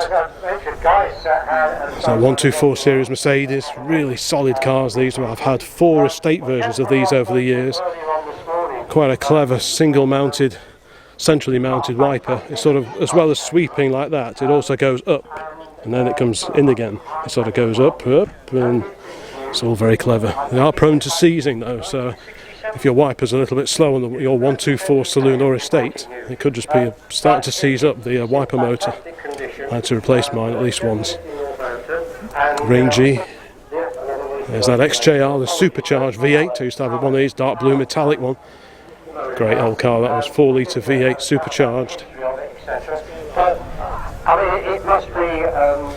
MG, facelift XJS coupe. There's that 190e Mercedes. Properly built Mercs SLK. And it's a V12, isn't it? I've had this car just for 51 years. There's that TVR lurking next to the Landy on the end. A little Figaro we saw driving in. Always available in very bright, jolly colours they were. Although a lot of them were grey actually, so I'm kind of contradicting myself, but never mind. And the Skoda. So what's this, a favourite? Or I don't know my Skodas very well. The Felicia, there we go. But we didn't build them that good. Well, I think that's true, really. Yeah, they have to A Bedford Rascal, like those. Went to an evening meet the other day and there was a beautiful bright red one of those turned up. This one's blue, don't often see them in blue.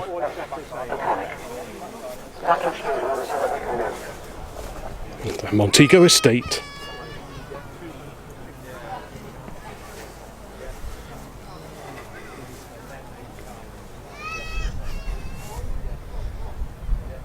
This Rangy is very plushly appointed. Look at these boxes in the back.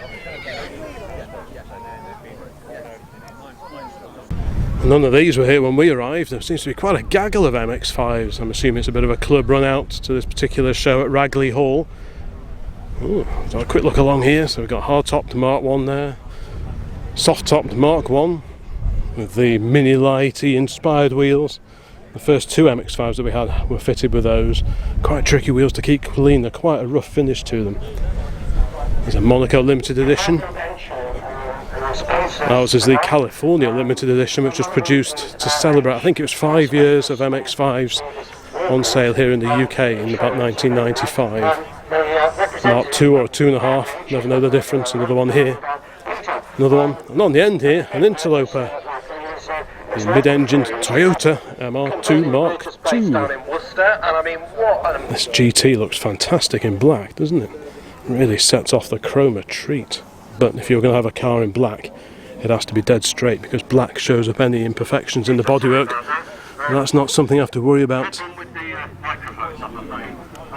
With this particular GT, straight as a die down the side. Fantastic. Right, let's carry on. Rubber bumper GT here. Very usable classic, great choice for a classic car. Loads of spares available, loads of knowledge and advice around as well. Another one in blue. And on the end here, again in black and glistening in the Warwickshire sunshine, an MGA Roadster.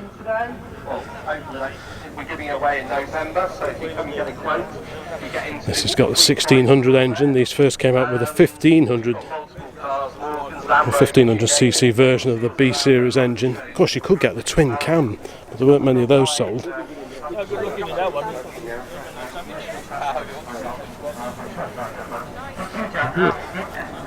It's always a healthy sprinkling of classic and sometimes vintage MGs. Shows like this. Right. Now, over here, so we've got a kit car inspired by the Cobra. Big Burbley V8, Halley brand centre lock wheels on it. There's that Bel Air, the first of the pair that we saw driving in.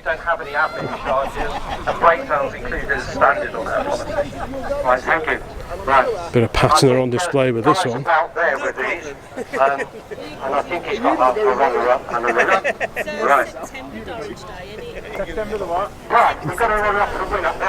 Proper oily rag patina job.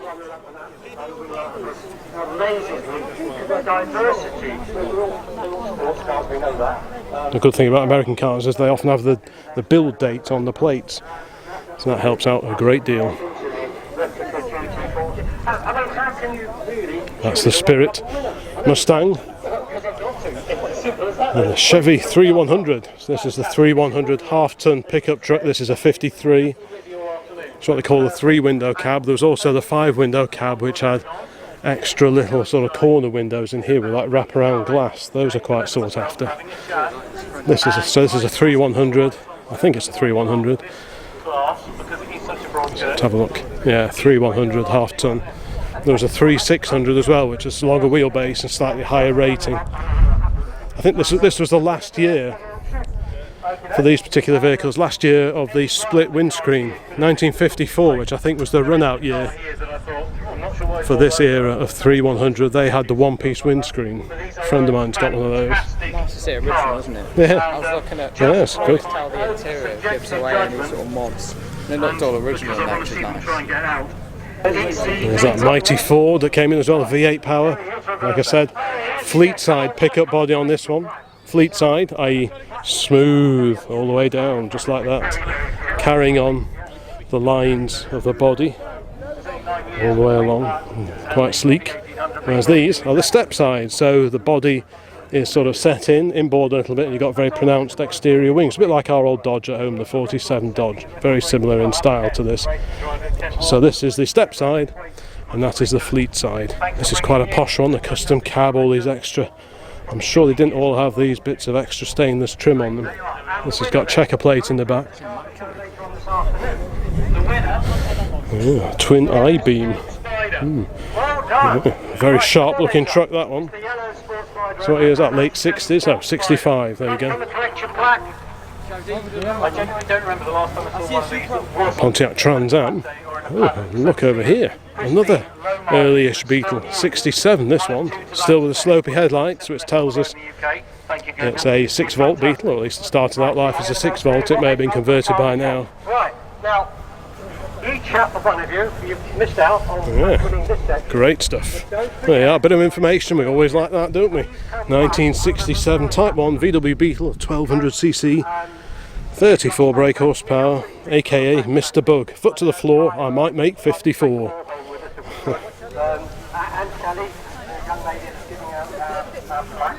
Oh, real contrasting cars here at shows like this. Lovely little Beetle, rear engine, air cooled, and the mighty V8 powered Pontiac Trans Am, all at the same show. But please come back under the category.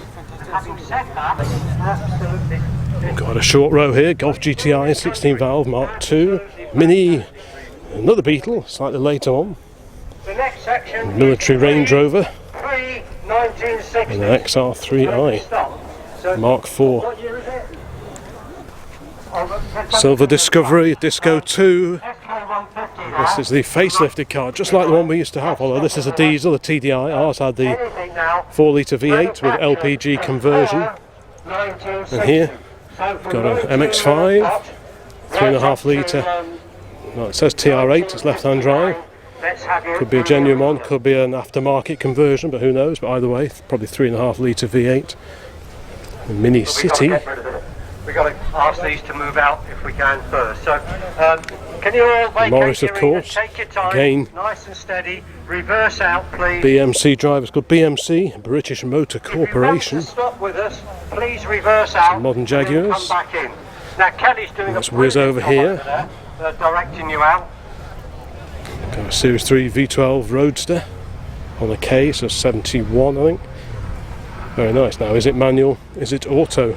Who knows? Perhaps we should have a look in through the window and see for ourselves. 5.3 litre V12, 4 carburetors. No, it's a manual. Yep, so hiding away under there, you might just be able to see them. Possibly, possibly not. So you have 4 Stromberg carburetors to set up on that V12 engine. There's 2 here, 2 over there. Single camper bank V12. When Jaguar were designing the V12 for the road cars, they did toy with the idea of doing twin camper banks, so a quad cam V12, but it was just such a complicated engine. And in fact, apparently the torque characteristics of the single camper bank were better, more suited to a road car. So the E-Type came out, I think, first with the V12 engine, and that was shortly followed by the late Series 1 XJ, the XJ12. And then they made about 760 or so of the Series 1 XJ12Ls, the long wheelbase, again still with the 4 Stromberg carburetors. Then when the XJ became the Series 2, for a little while they still had the 4 carburetor setup until such time as they got the fuel injection sorted out. And once they did, they switched to the fuel injection instead of the carburetors, and that just brought out a little bit more power from that 5.3 litre engine. Anyway, Enough of V12 Jaguars. We've got an XK150 fixed head over here with the XK engine. Very stylish it is too. Bit of information, let's have a quick look. 150 SE, fixed head coupe, 1958. Jaguar, the 150 in white. When we finish, can you come in where the Toyota is, sir? Please. Very, very nice car. Painted wires. That's good. XK8 coupe. Great way of getting into the modern classic Jaguar world, one of those. So the SL on manoeuvres. Alright, so let's carry on. Still quite windy, but if it keeps the weather away, then that's okay with me. So we've got a BMW Z3 parked over here. I ran a 2.8 one of these for a little while. Nice cars these are.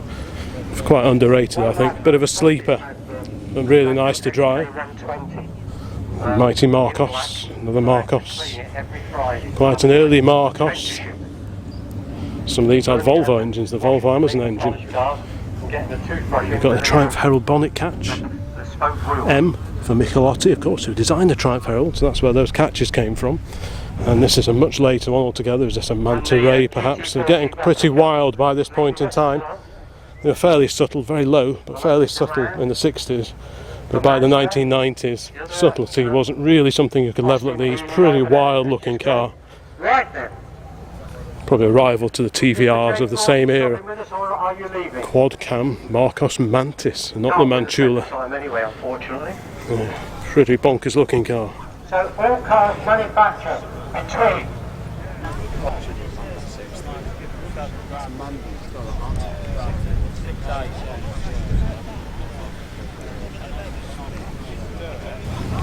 some of the cars are just returning from the display arena.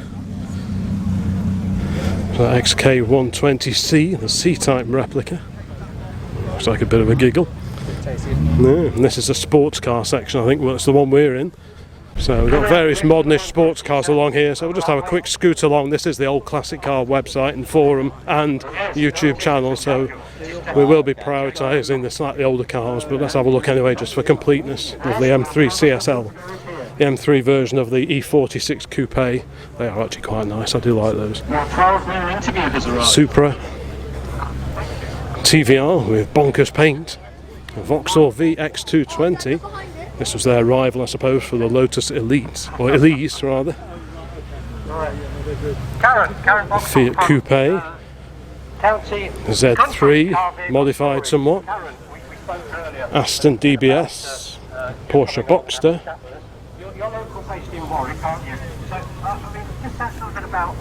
Right-hand drive. There's that little 2CV based kit car that came in. That looks like fun. You're quite a long way from Birmingham Airport, so you're not in that market, I guess. Silver Z3. Porsche, another Z3. Very smart. What, 1980s, I'm guessing. 911.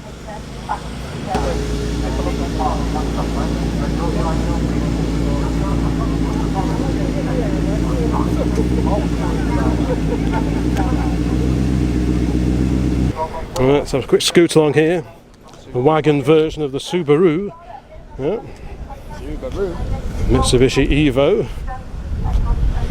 Skyline, one of Harley's favourites, a GTR. Another Mitsu. Corvette. There's that Renault. A Renault Spider.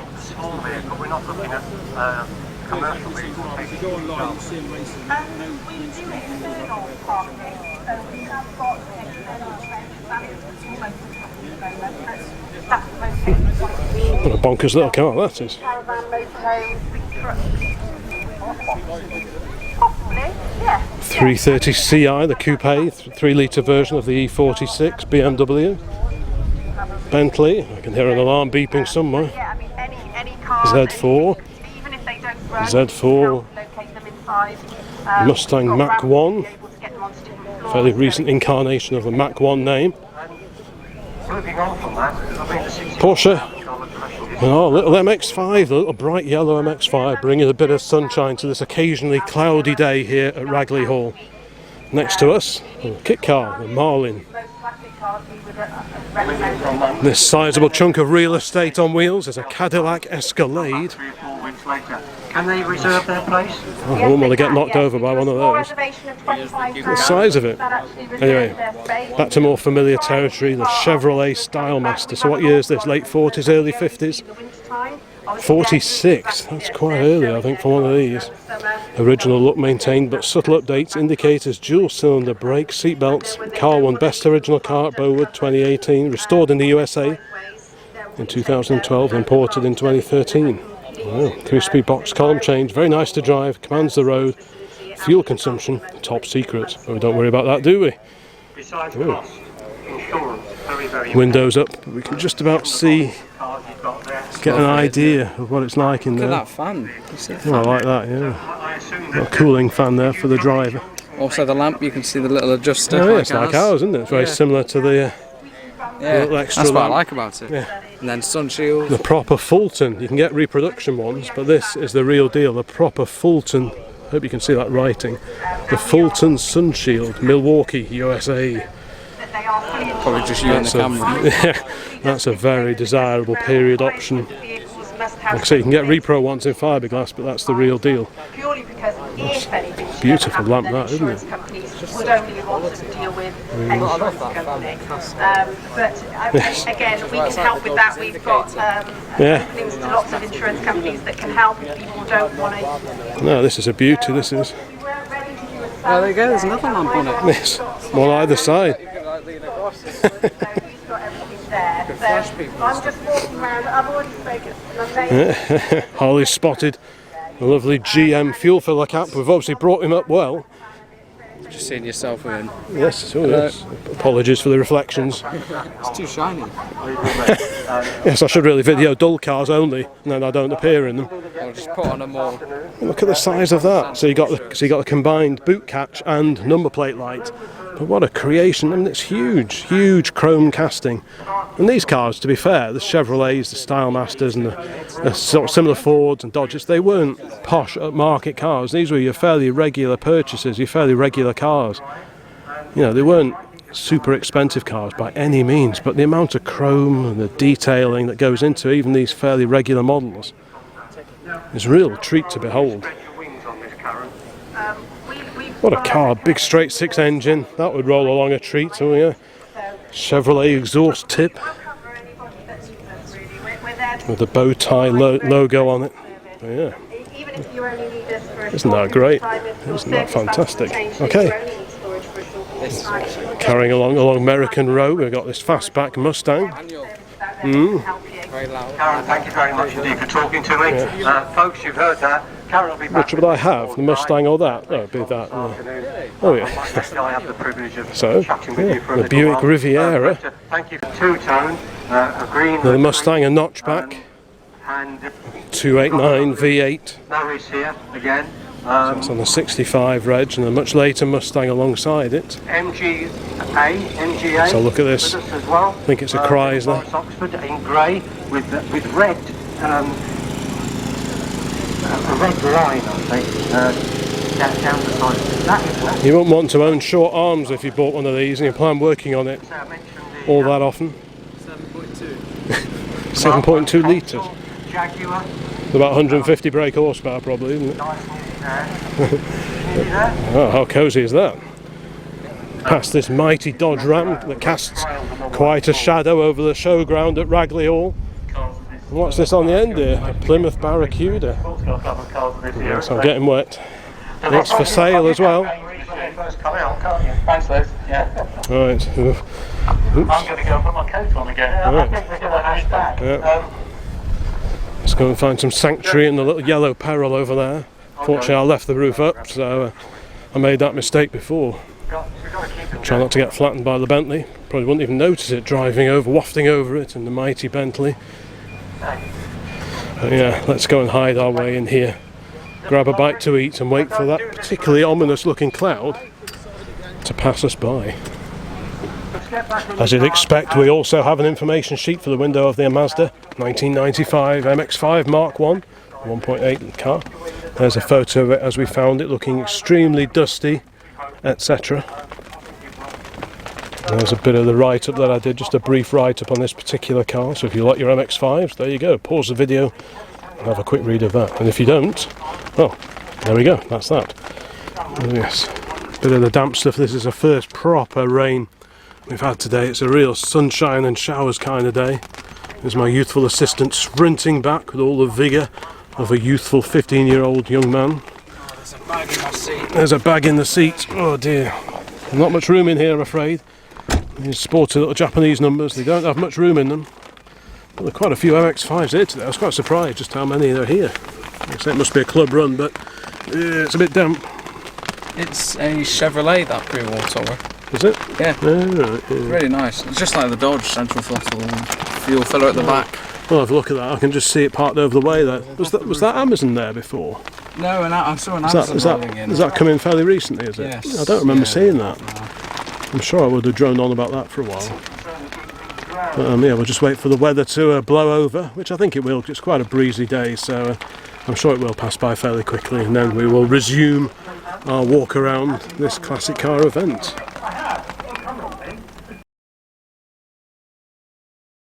The Austin ambassador's on manoeuvres, getting back into his parking space. But we are steaming up a little bit, so apologies for that. But just in the distance there's a lovely Lagonda, a drop head coupe version of the post-war Lagonda. It's quite a rare car, that is. A lot of those were broken up, I think, to donate their engines to rival contemporary Aston Martins. Now, I think the engines are very similar. Quite a few of those have been broken up and lost their engines. Sometimes when you see restoration projects of those for sale, someone's robbed the engine out already, which is a real shame because they're very swish cars. And assuming it stops raining at some point, we will wander over in that direction and have a closer look at that one, because that's a rare car. But we are steaming up a great deal now. Soon Harley won't be able to spot his sandwich, which would be, nothing gets between him and his sandwich. But yeah, I'm hoping this will blow over fairly quickly. Quite a few cars are leaving already, which is a bit of a shame. It's a good job we did video many things when we first got here. But all being well, we'll be back outside, cameras in hand, recording the entrance at this particular show. There's that little Mazda 323F. Little MG's off. Yep. Remember that time we went to, was it Loughton Park, and I left this park with the roof down, and then it suddenly started tipping down, and I had to almost border on running to go and put the. I didn't run up. Obviously, I didn't run, but Dad doesn't run. No, I don't run. But I broke into a brisk trot to go and put the roof back up because it was tipping it down. It just came out of nowhere, and I suddenly realised that we'd left it with the roof down because, yeah, that's the sort of thing you do. Yeah, I'm going to win 300 metres in sports day this week. You've got sports day, have you? Oh, right, yeah. 300 metre sprint. In the rain. Easy. In the rain. I don't know, it's going to rain on Tuesday. It's going to rain every day, I think. Oh, no. It seems to rain quite regularly. Anyway, enough of this waffle. We'll be back as soon as we are outside again. Well, the wind's changed direction and Harley can actually open his window now, so let's have a look over there. Like I said before, I don't remember seeing that Amazon coming in. That'd be quick, it's starting to come in now. Is it? No, leave the window open. Don't worry about. Slowly start winding it up. Don't worry about getting wet. Okay, you can wind it up now. No electric windows in these babies. Right, here we go. It's dried up a bit, so let's have a look at this Lagonda. Wowzers. MGC registration number. Beautiful car. Look at the styling and the shape of that. And this little hump in the rear panel here.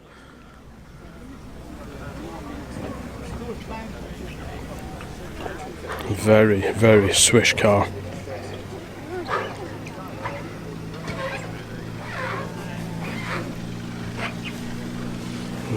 Bit of mopping down on the Ambassador.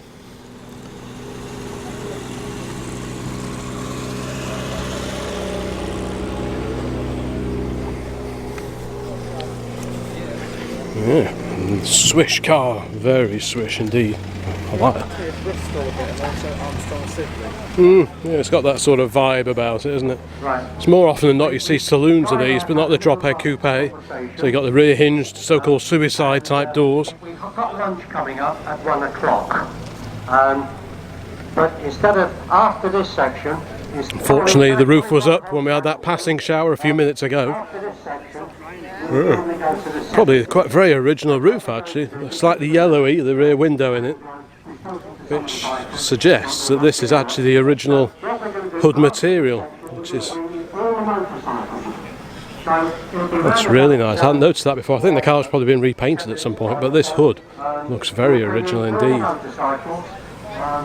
We'll take about 5 minutes for the bikes up to 1 o'clock-ish, and then we can then after lunch, directly after lunch, about 1:30, we'll get back to the cars. There's that 10-4, the Litchfield that we saw before. Yeah, a bit of mopping down going on now. 1960 to 1969. There's the MGTD and that lovely Lee Francis that we had a quick look at before and a chat with the owner. This is the car we saw driving in. 1920s Chevrolet. As Harley said, this is very similar era. It's right-hand drive, but otherwise very similar era to the Dodge that we had until not that long ago. Same, the little gauge, the fuel pump. Yeah, it's very, very similar, isn't it? Chevrolet, it's right-hand drive. I'm guessing this has probably come in from Australia. Yeah, it feels very familiar, all this in here. Is it a bit smaller, maybe? Maybe just a little bit. Yeah, it's a fraction smaller maybe than the Dodge, but not much. And again, like the Dodge, the fuel gauge is built into the rear, the tank itself, which is slung across the back of the chassis. Yeah, very bonny. Nice one, sir. So, where's it come from, being right-hand drive? Is it Australian? No, it's South African. South African. Yeah, so it was in South Africa until 96, I think it was, and then it came over. Oh, and the guy that bought it in refurbed it and we bought it off of him. So. Oh, wow. Yeah, because until last year we had a 20s 24 Dodge, which was right-hand drive, which did come from Oz. Yeah. You know. So would this, presumably this body would have been built there locally?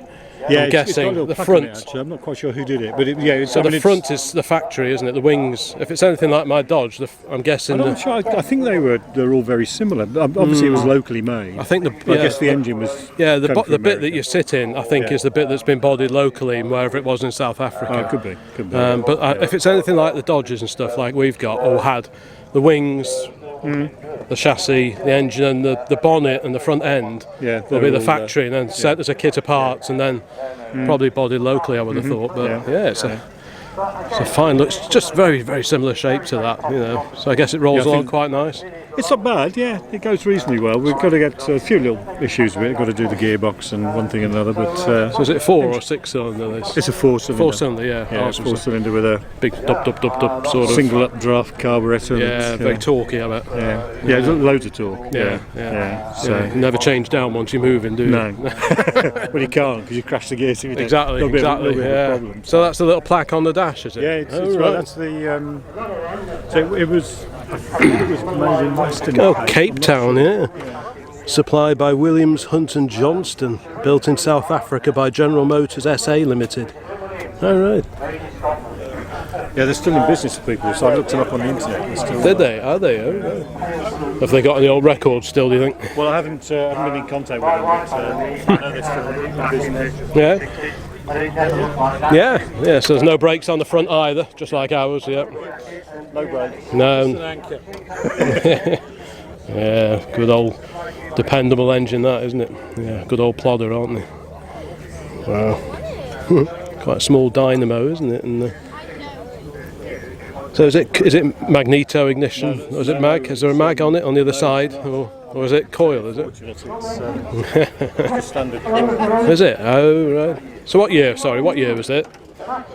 27, right. Oh, I see, regular... It's a semi-automatic, because you've got the... Oh yeah, you've got the manual advance. But it's also got bob weights inside. So that's it. So it does sort of 50-50. Right, got you. Wow. It's all nice and easy to get at, isn't it? Nice and easy to get at everything. Yeah, it was... An electric fuel pump on it. Yes, it should have a vacuum one on, but Yes. they're notoriously unreliable. Yeah, we had that. We had the vacuum set up on the Dodge. I think it's like Stuart, somebody. That's right, it is Stuart. Stuart or Stuart It is Warner or something. There's a It's Stuart like- one and there's another one. I can't Yeah, remember what the it's name like Autovax Yeah. in this country, wasn't it? So it's the engine vacuum drew it through right, into a little tank on there, and then gravity feed from the little tank. Yeah, yeah. No, it's great. No, it's great to see another little vintage car because you don't see that many pre-war cars. A lot of these do's, you know. And certainly pre-war We don't want to go Americans. too far. We don't live far away, fortunately. So Yeah, right. drive it too far. No, you just set off with plenty of time in hand, and you're usually all right, aren't you? Right. I've got a proper car.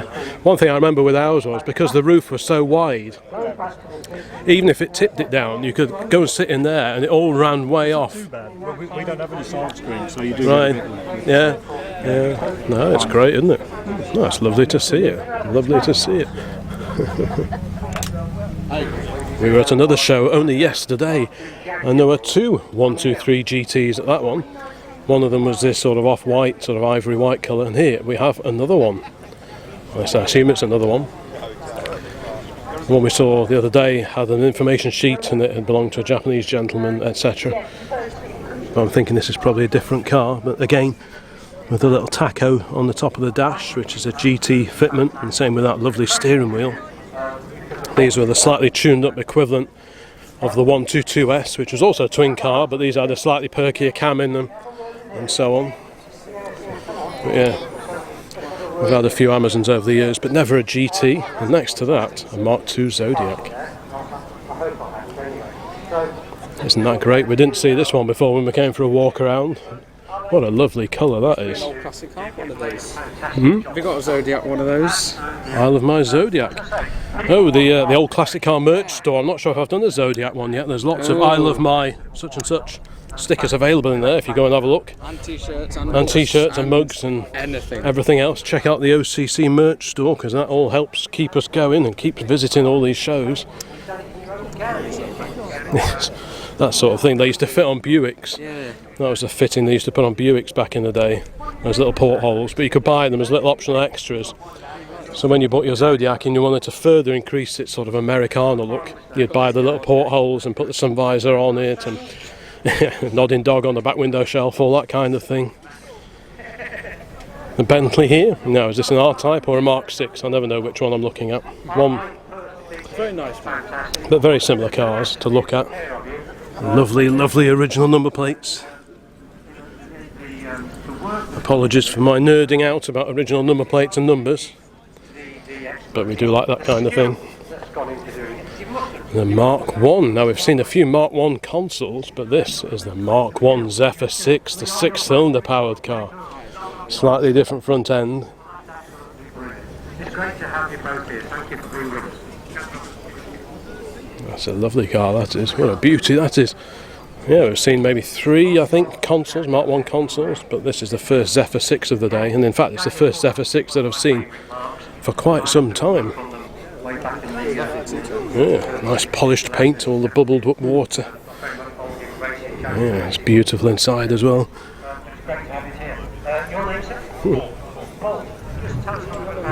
Hello. Oh, beauty that. Oh, the bonnet has been raised on this lovely Zephyr 6, so it'd be rude not to have a quick peer under the bonnet. So a big straight 6. Yep. No Raymond Mays conversion on this one. No, but it's a Mark II engine, not a Mark 1. Is it? So is there a difference? Is there a difference? Is there? About 20 horsepower. Oh, right, A bit right, more right. torque. Right. This is a rare thing, though, isn't it? I mean, I think there's 3 consoles here before. I'm not sure if they're all still here. No, there's one there, isn't there? Yeah, the other two are gone. And I saw one driving out, I think. The other two are gone. Yeah, I was thinking it's getting a bit damp for them. Yeah. What a leak. Do they? Hang on. No, you. Sort the fan. No. Yeah, sort your, edit this, won't you? oh yeah, sort your picnic out. Yes, yeah. We'll have a quick peek under here. Oh, do you want to? Are you modelling your car? Right. Okay. So what is it then? It's a Mark II engine, In a 1950s Ford Zephyr. yes, Mark 1 Zephyr 6. Yes, that's it. Yeah, that's it. This is all brand new.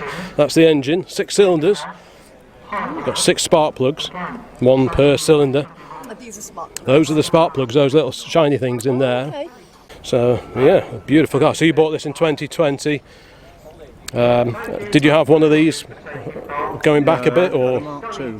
Right. I was looking for Mark II and this one popped up. It's come from South Africa. Is it? Oh, because that Chevy over there has just come from South Africa. It's on the front. Oh, well spotted. Yeah. Does that mean it was made in South Africa or no? Would it be It was probably sent as a kit of parts, so the bits would have been, I assume the parts would have been here and then sent over as a knockdown kit. I don't know, I presume so. I would have guessed so, yeah. It's a lovely car, isn't it?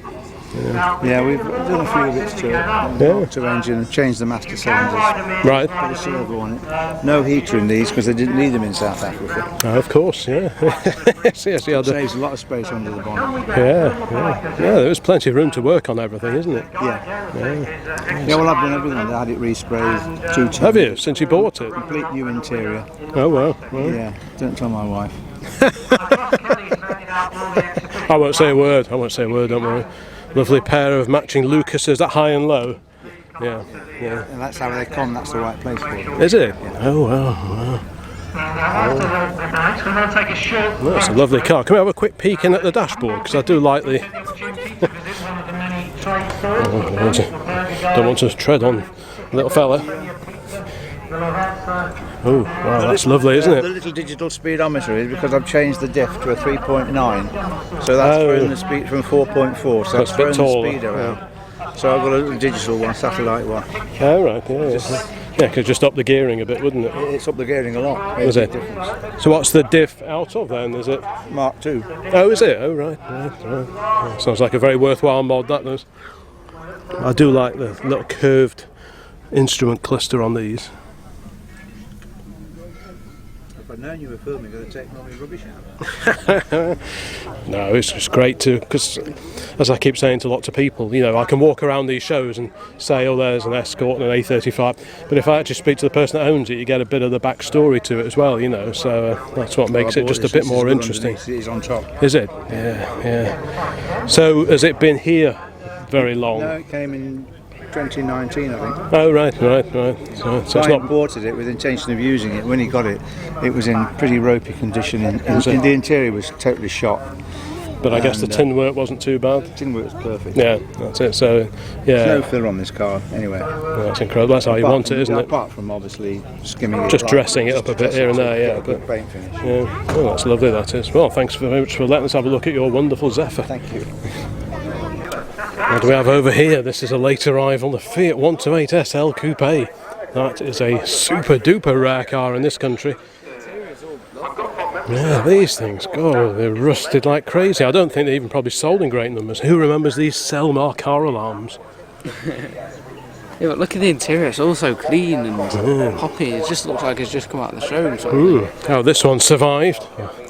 It must have spent many years off the road, tucked away somewhere dry, because...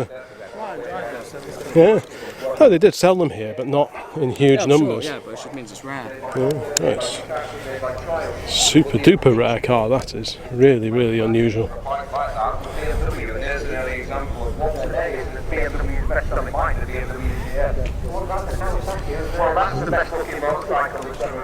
Come over to Bike Corner, we've got a Ducati here, but of more interest is this, a Cotton, a Villiers powered Cotton.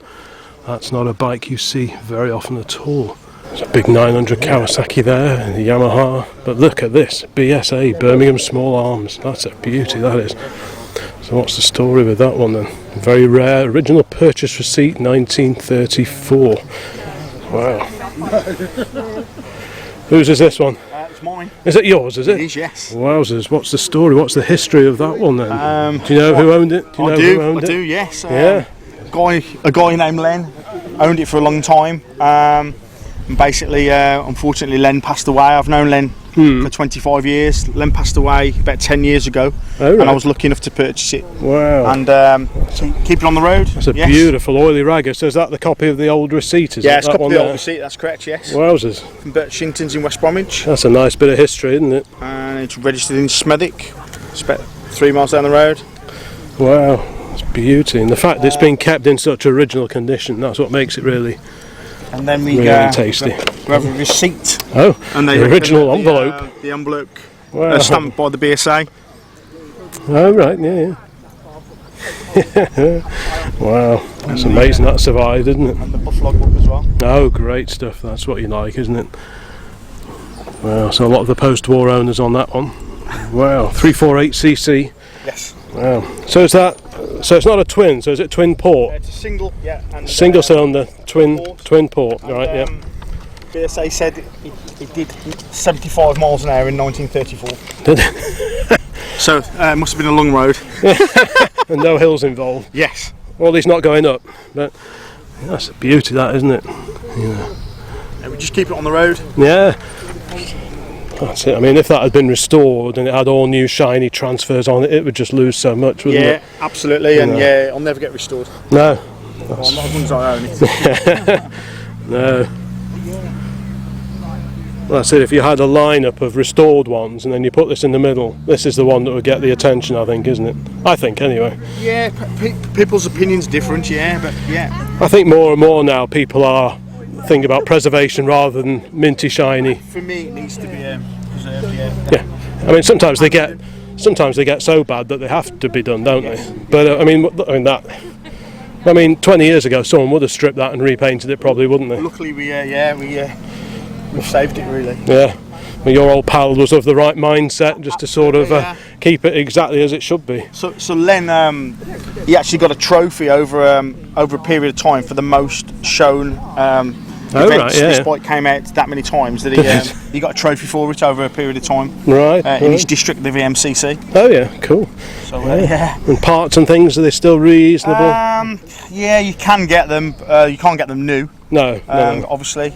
So they are rare. Is it an engine that saw service for quite a long time, or is it just quite a brief? No, brief. Was it quite? Yeah. Oh, was it? This moved on to like a gold star. Right, got you. So there was a couple of generations with this, but it moved on to like a gold star. So right, got you.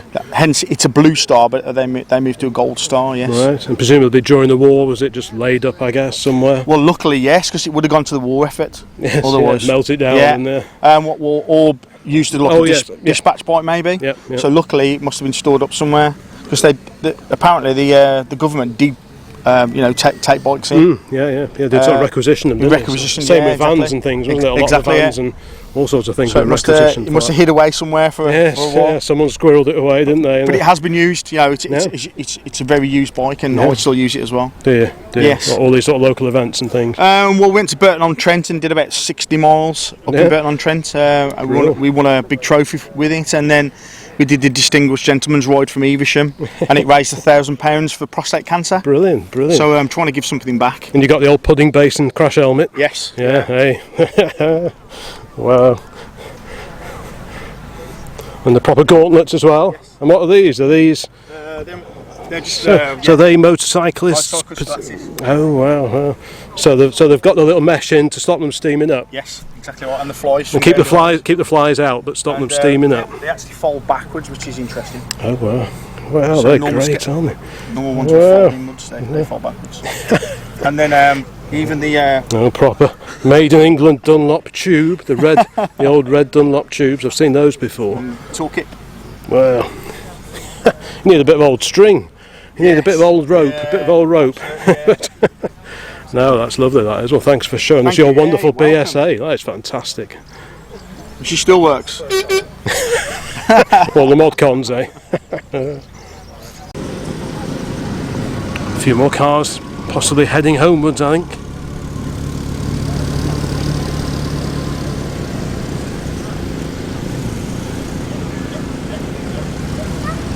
Oh, Victor's a real Bobby Dazzler.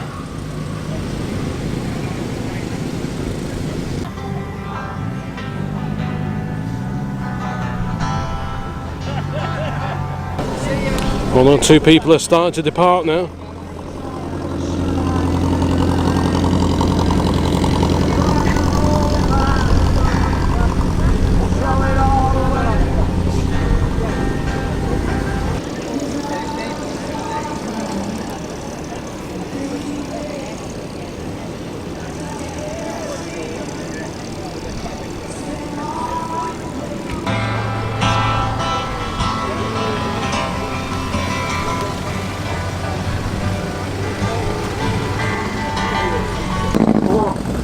course all about you people taking part. It's your show, so let's get your vehicles into the arena. So it's 1970 to 19... Yes, if you've been, you might be in twice. Well, it doesn't matter. Your vehicle fits that category 70 to 79, let's have you in the arena. Kelly, a camper van, is it a Sherpa van? Series 3 V12 E-Type being hotly pursued by a Fiat 500. That is fabulous. Come on, we've got it. Come on, let's have some more. There's probably some fantastic vehicles out there. Manufactured between 1970 and 75. We've got that fabulous E-Type Jaguar. There's been one owner from seriously damaged in 1976 and totally repaired. Steve's going to go and get his kidney with the prize. Yeah. Saab 96 coming in yellow. What's that? That's XL, is it? In the back cell.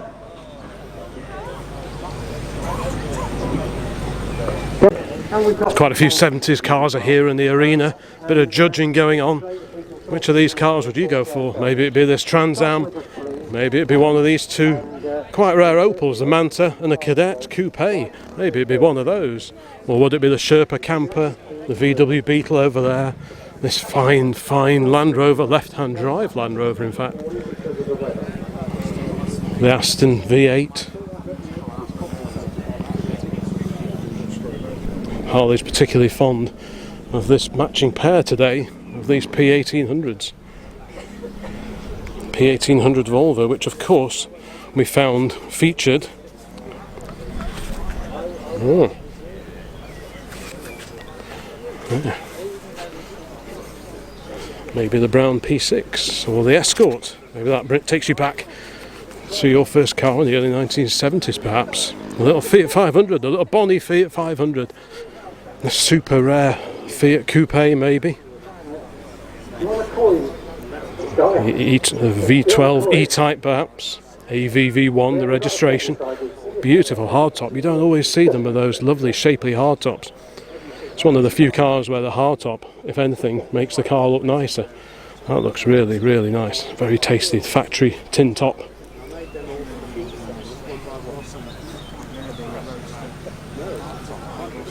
The V4 Saab. If you've got an 80s car then folks, let's have you moving up towards and that's 1750 GTV. So we can... so which of the cars that have come into the arena here this afternoon in the 70s section would you be going for? Let me know in the comments. I think this would be on my shortlist. I think it'd be on Harley's shortlist as well. Which one then, Hal? Yeah, for you. Which one would you go for? Out of the ones that are here. Alpha, yeah. Yeah, I think we can agree on that one.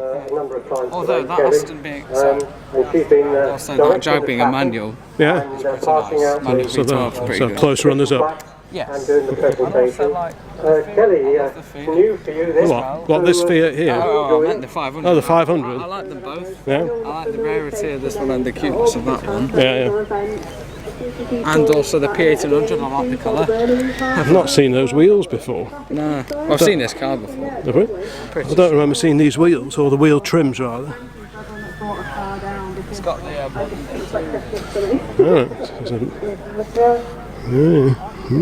After 30 years, it's getting up way. Makes the 4CV look big and overweight, doesn't it? Which one's quicker though? Anything's quicker than our 4CV at the moment. Well, yeah. Push bike's quicker. Walking. More blue sky out there. Those of you who like YouTube, and well, the 70s cars are beginning to make a move. so really, everybody, Some of the 80s cars are already starting to gather over the way there. Mercedes, the MG Metro, the Mini, the little Ital van, the Land Rover. That's a lovely P1800. Try not to get in anyone's way. There's that super rare Fiat Coupe. And again, thank you for being with us. And for being welcome into... It's been really cool to come down here to Ragley Hall today just to have a look at a totally different set of cars compared to many of those that we see at the events closer to home. And in fact the fuel for this journey has been funded by the people who've kindly signed up for channel membership on Old Classic Car. So in return for a small monthly donation, there's a bit of extra content there on the members section of the YouTube channel. We put a video up the other evening of a ride out in the Dodge truck to an evening vintage sports car club meeting that we went to in the truck. So that's on there in the members section. So if you feel like supporting us in any way you can, and I realise times are a bit tight for, well, pretty much everyone at the moment. I know it's not always viable, but if you feel that you are able to support us a little bit in attending some of these shows we come to, then that would be really, really cool. There's a link in the description to the channel membership where it explains a little bit more about it, and there is a bit of an introductory video on there about channel membership. But yeah, thanks to the people who have signed up so far, which has enabled us to come to quite a few more events than we would otherwise have done so this year. Right, so quite a few cars have left now, and some of the auto jumblers are beginning to pack up, so I think we will sign out ourselves. It's been a really interesting first visit for us down to Ragley Hall in Warwickshire, and it's been really lovely to see so many cars we haven't actually seen before. Let me know in the comments what you think. Should we come back here again in future? Who knows? You tell me. Let me know in the comments. Your feedback is always really, really welcome. If you're new to the channel, thanks for popping in. Please like and subscribe, all the usual kind of thing. Please check out some of the other videos we've done previously, and there are quite a few lined up. I've got quite a few ideas lined up for the rest of this year, so there'll be no shortage of classic car content here on the Old Classic Car channel during the rest of 2023. So if you like this kind of thing, if you subscribe, click the little bell, that'll notify you whenever we upload something. I usually try and upload something twice a week, usually a shorter video midweek and a longer video, maybe like this show video, this kind of thing, on a Sunday morning. That's usually the plan, although as with all plans some things can change. Like I said, in the members area occasionally we post up some extra content, extra photos, or a little behind the scenes video of something else we might have done, a little evening meet that we went to, for example. But yeah, everything classic cars is what we try and cover here. Classic cars, vans, lorries, and many, many more things. So thanks very much for watching. More videos on very, very soon, and bye for now. Bye bye.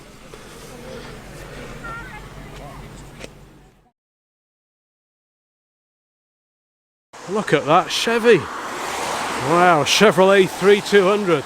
That's been there a little while. I couldn't drive past and not stop, could I?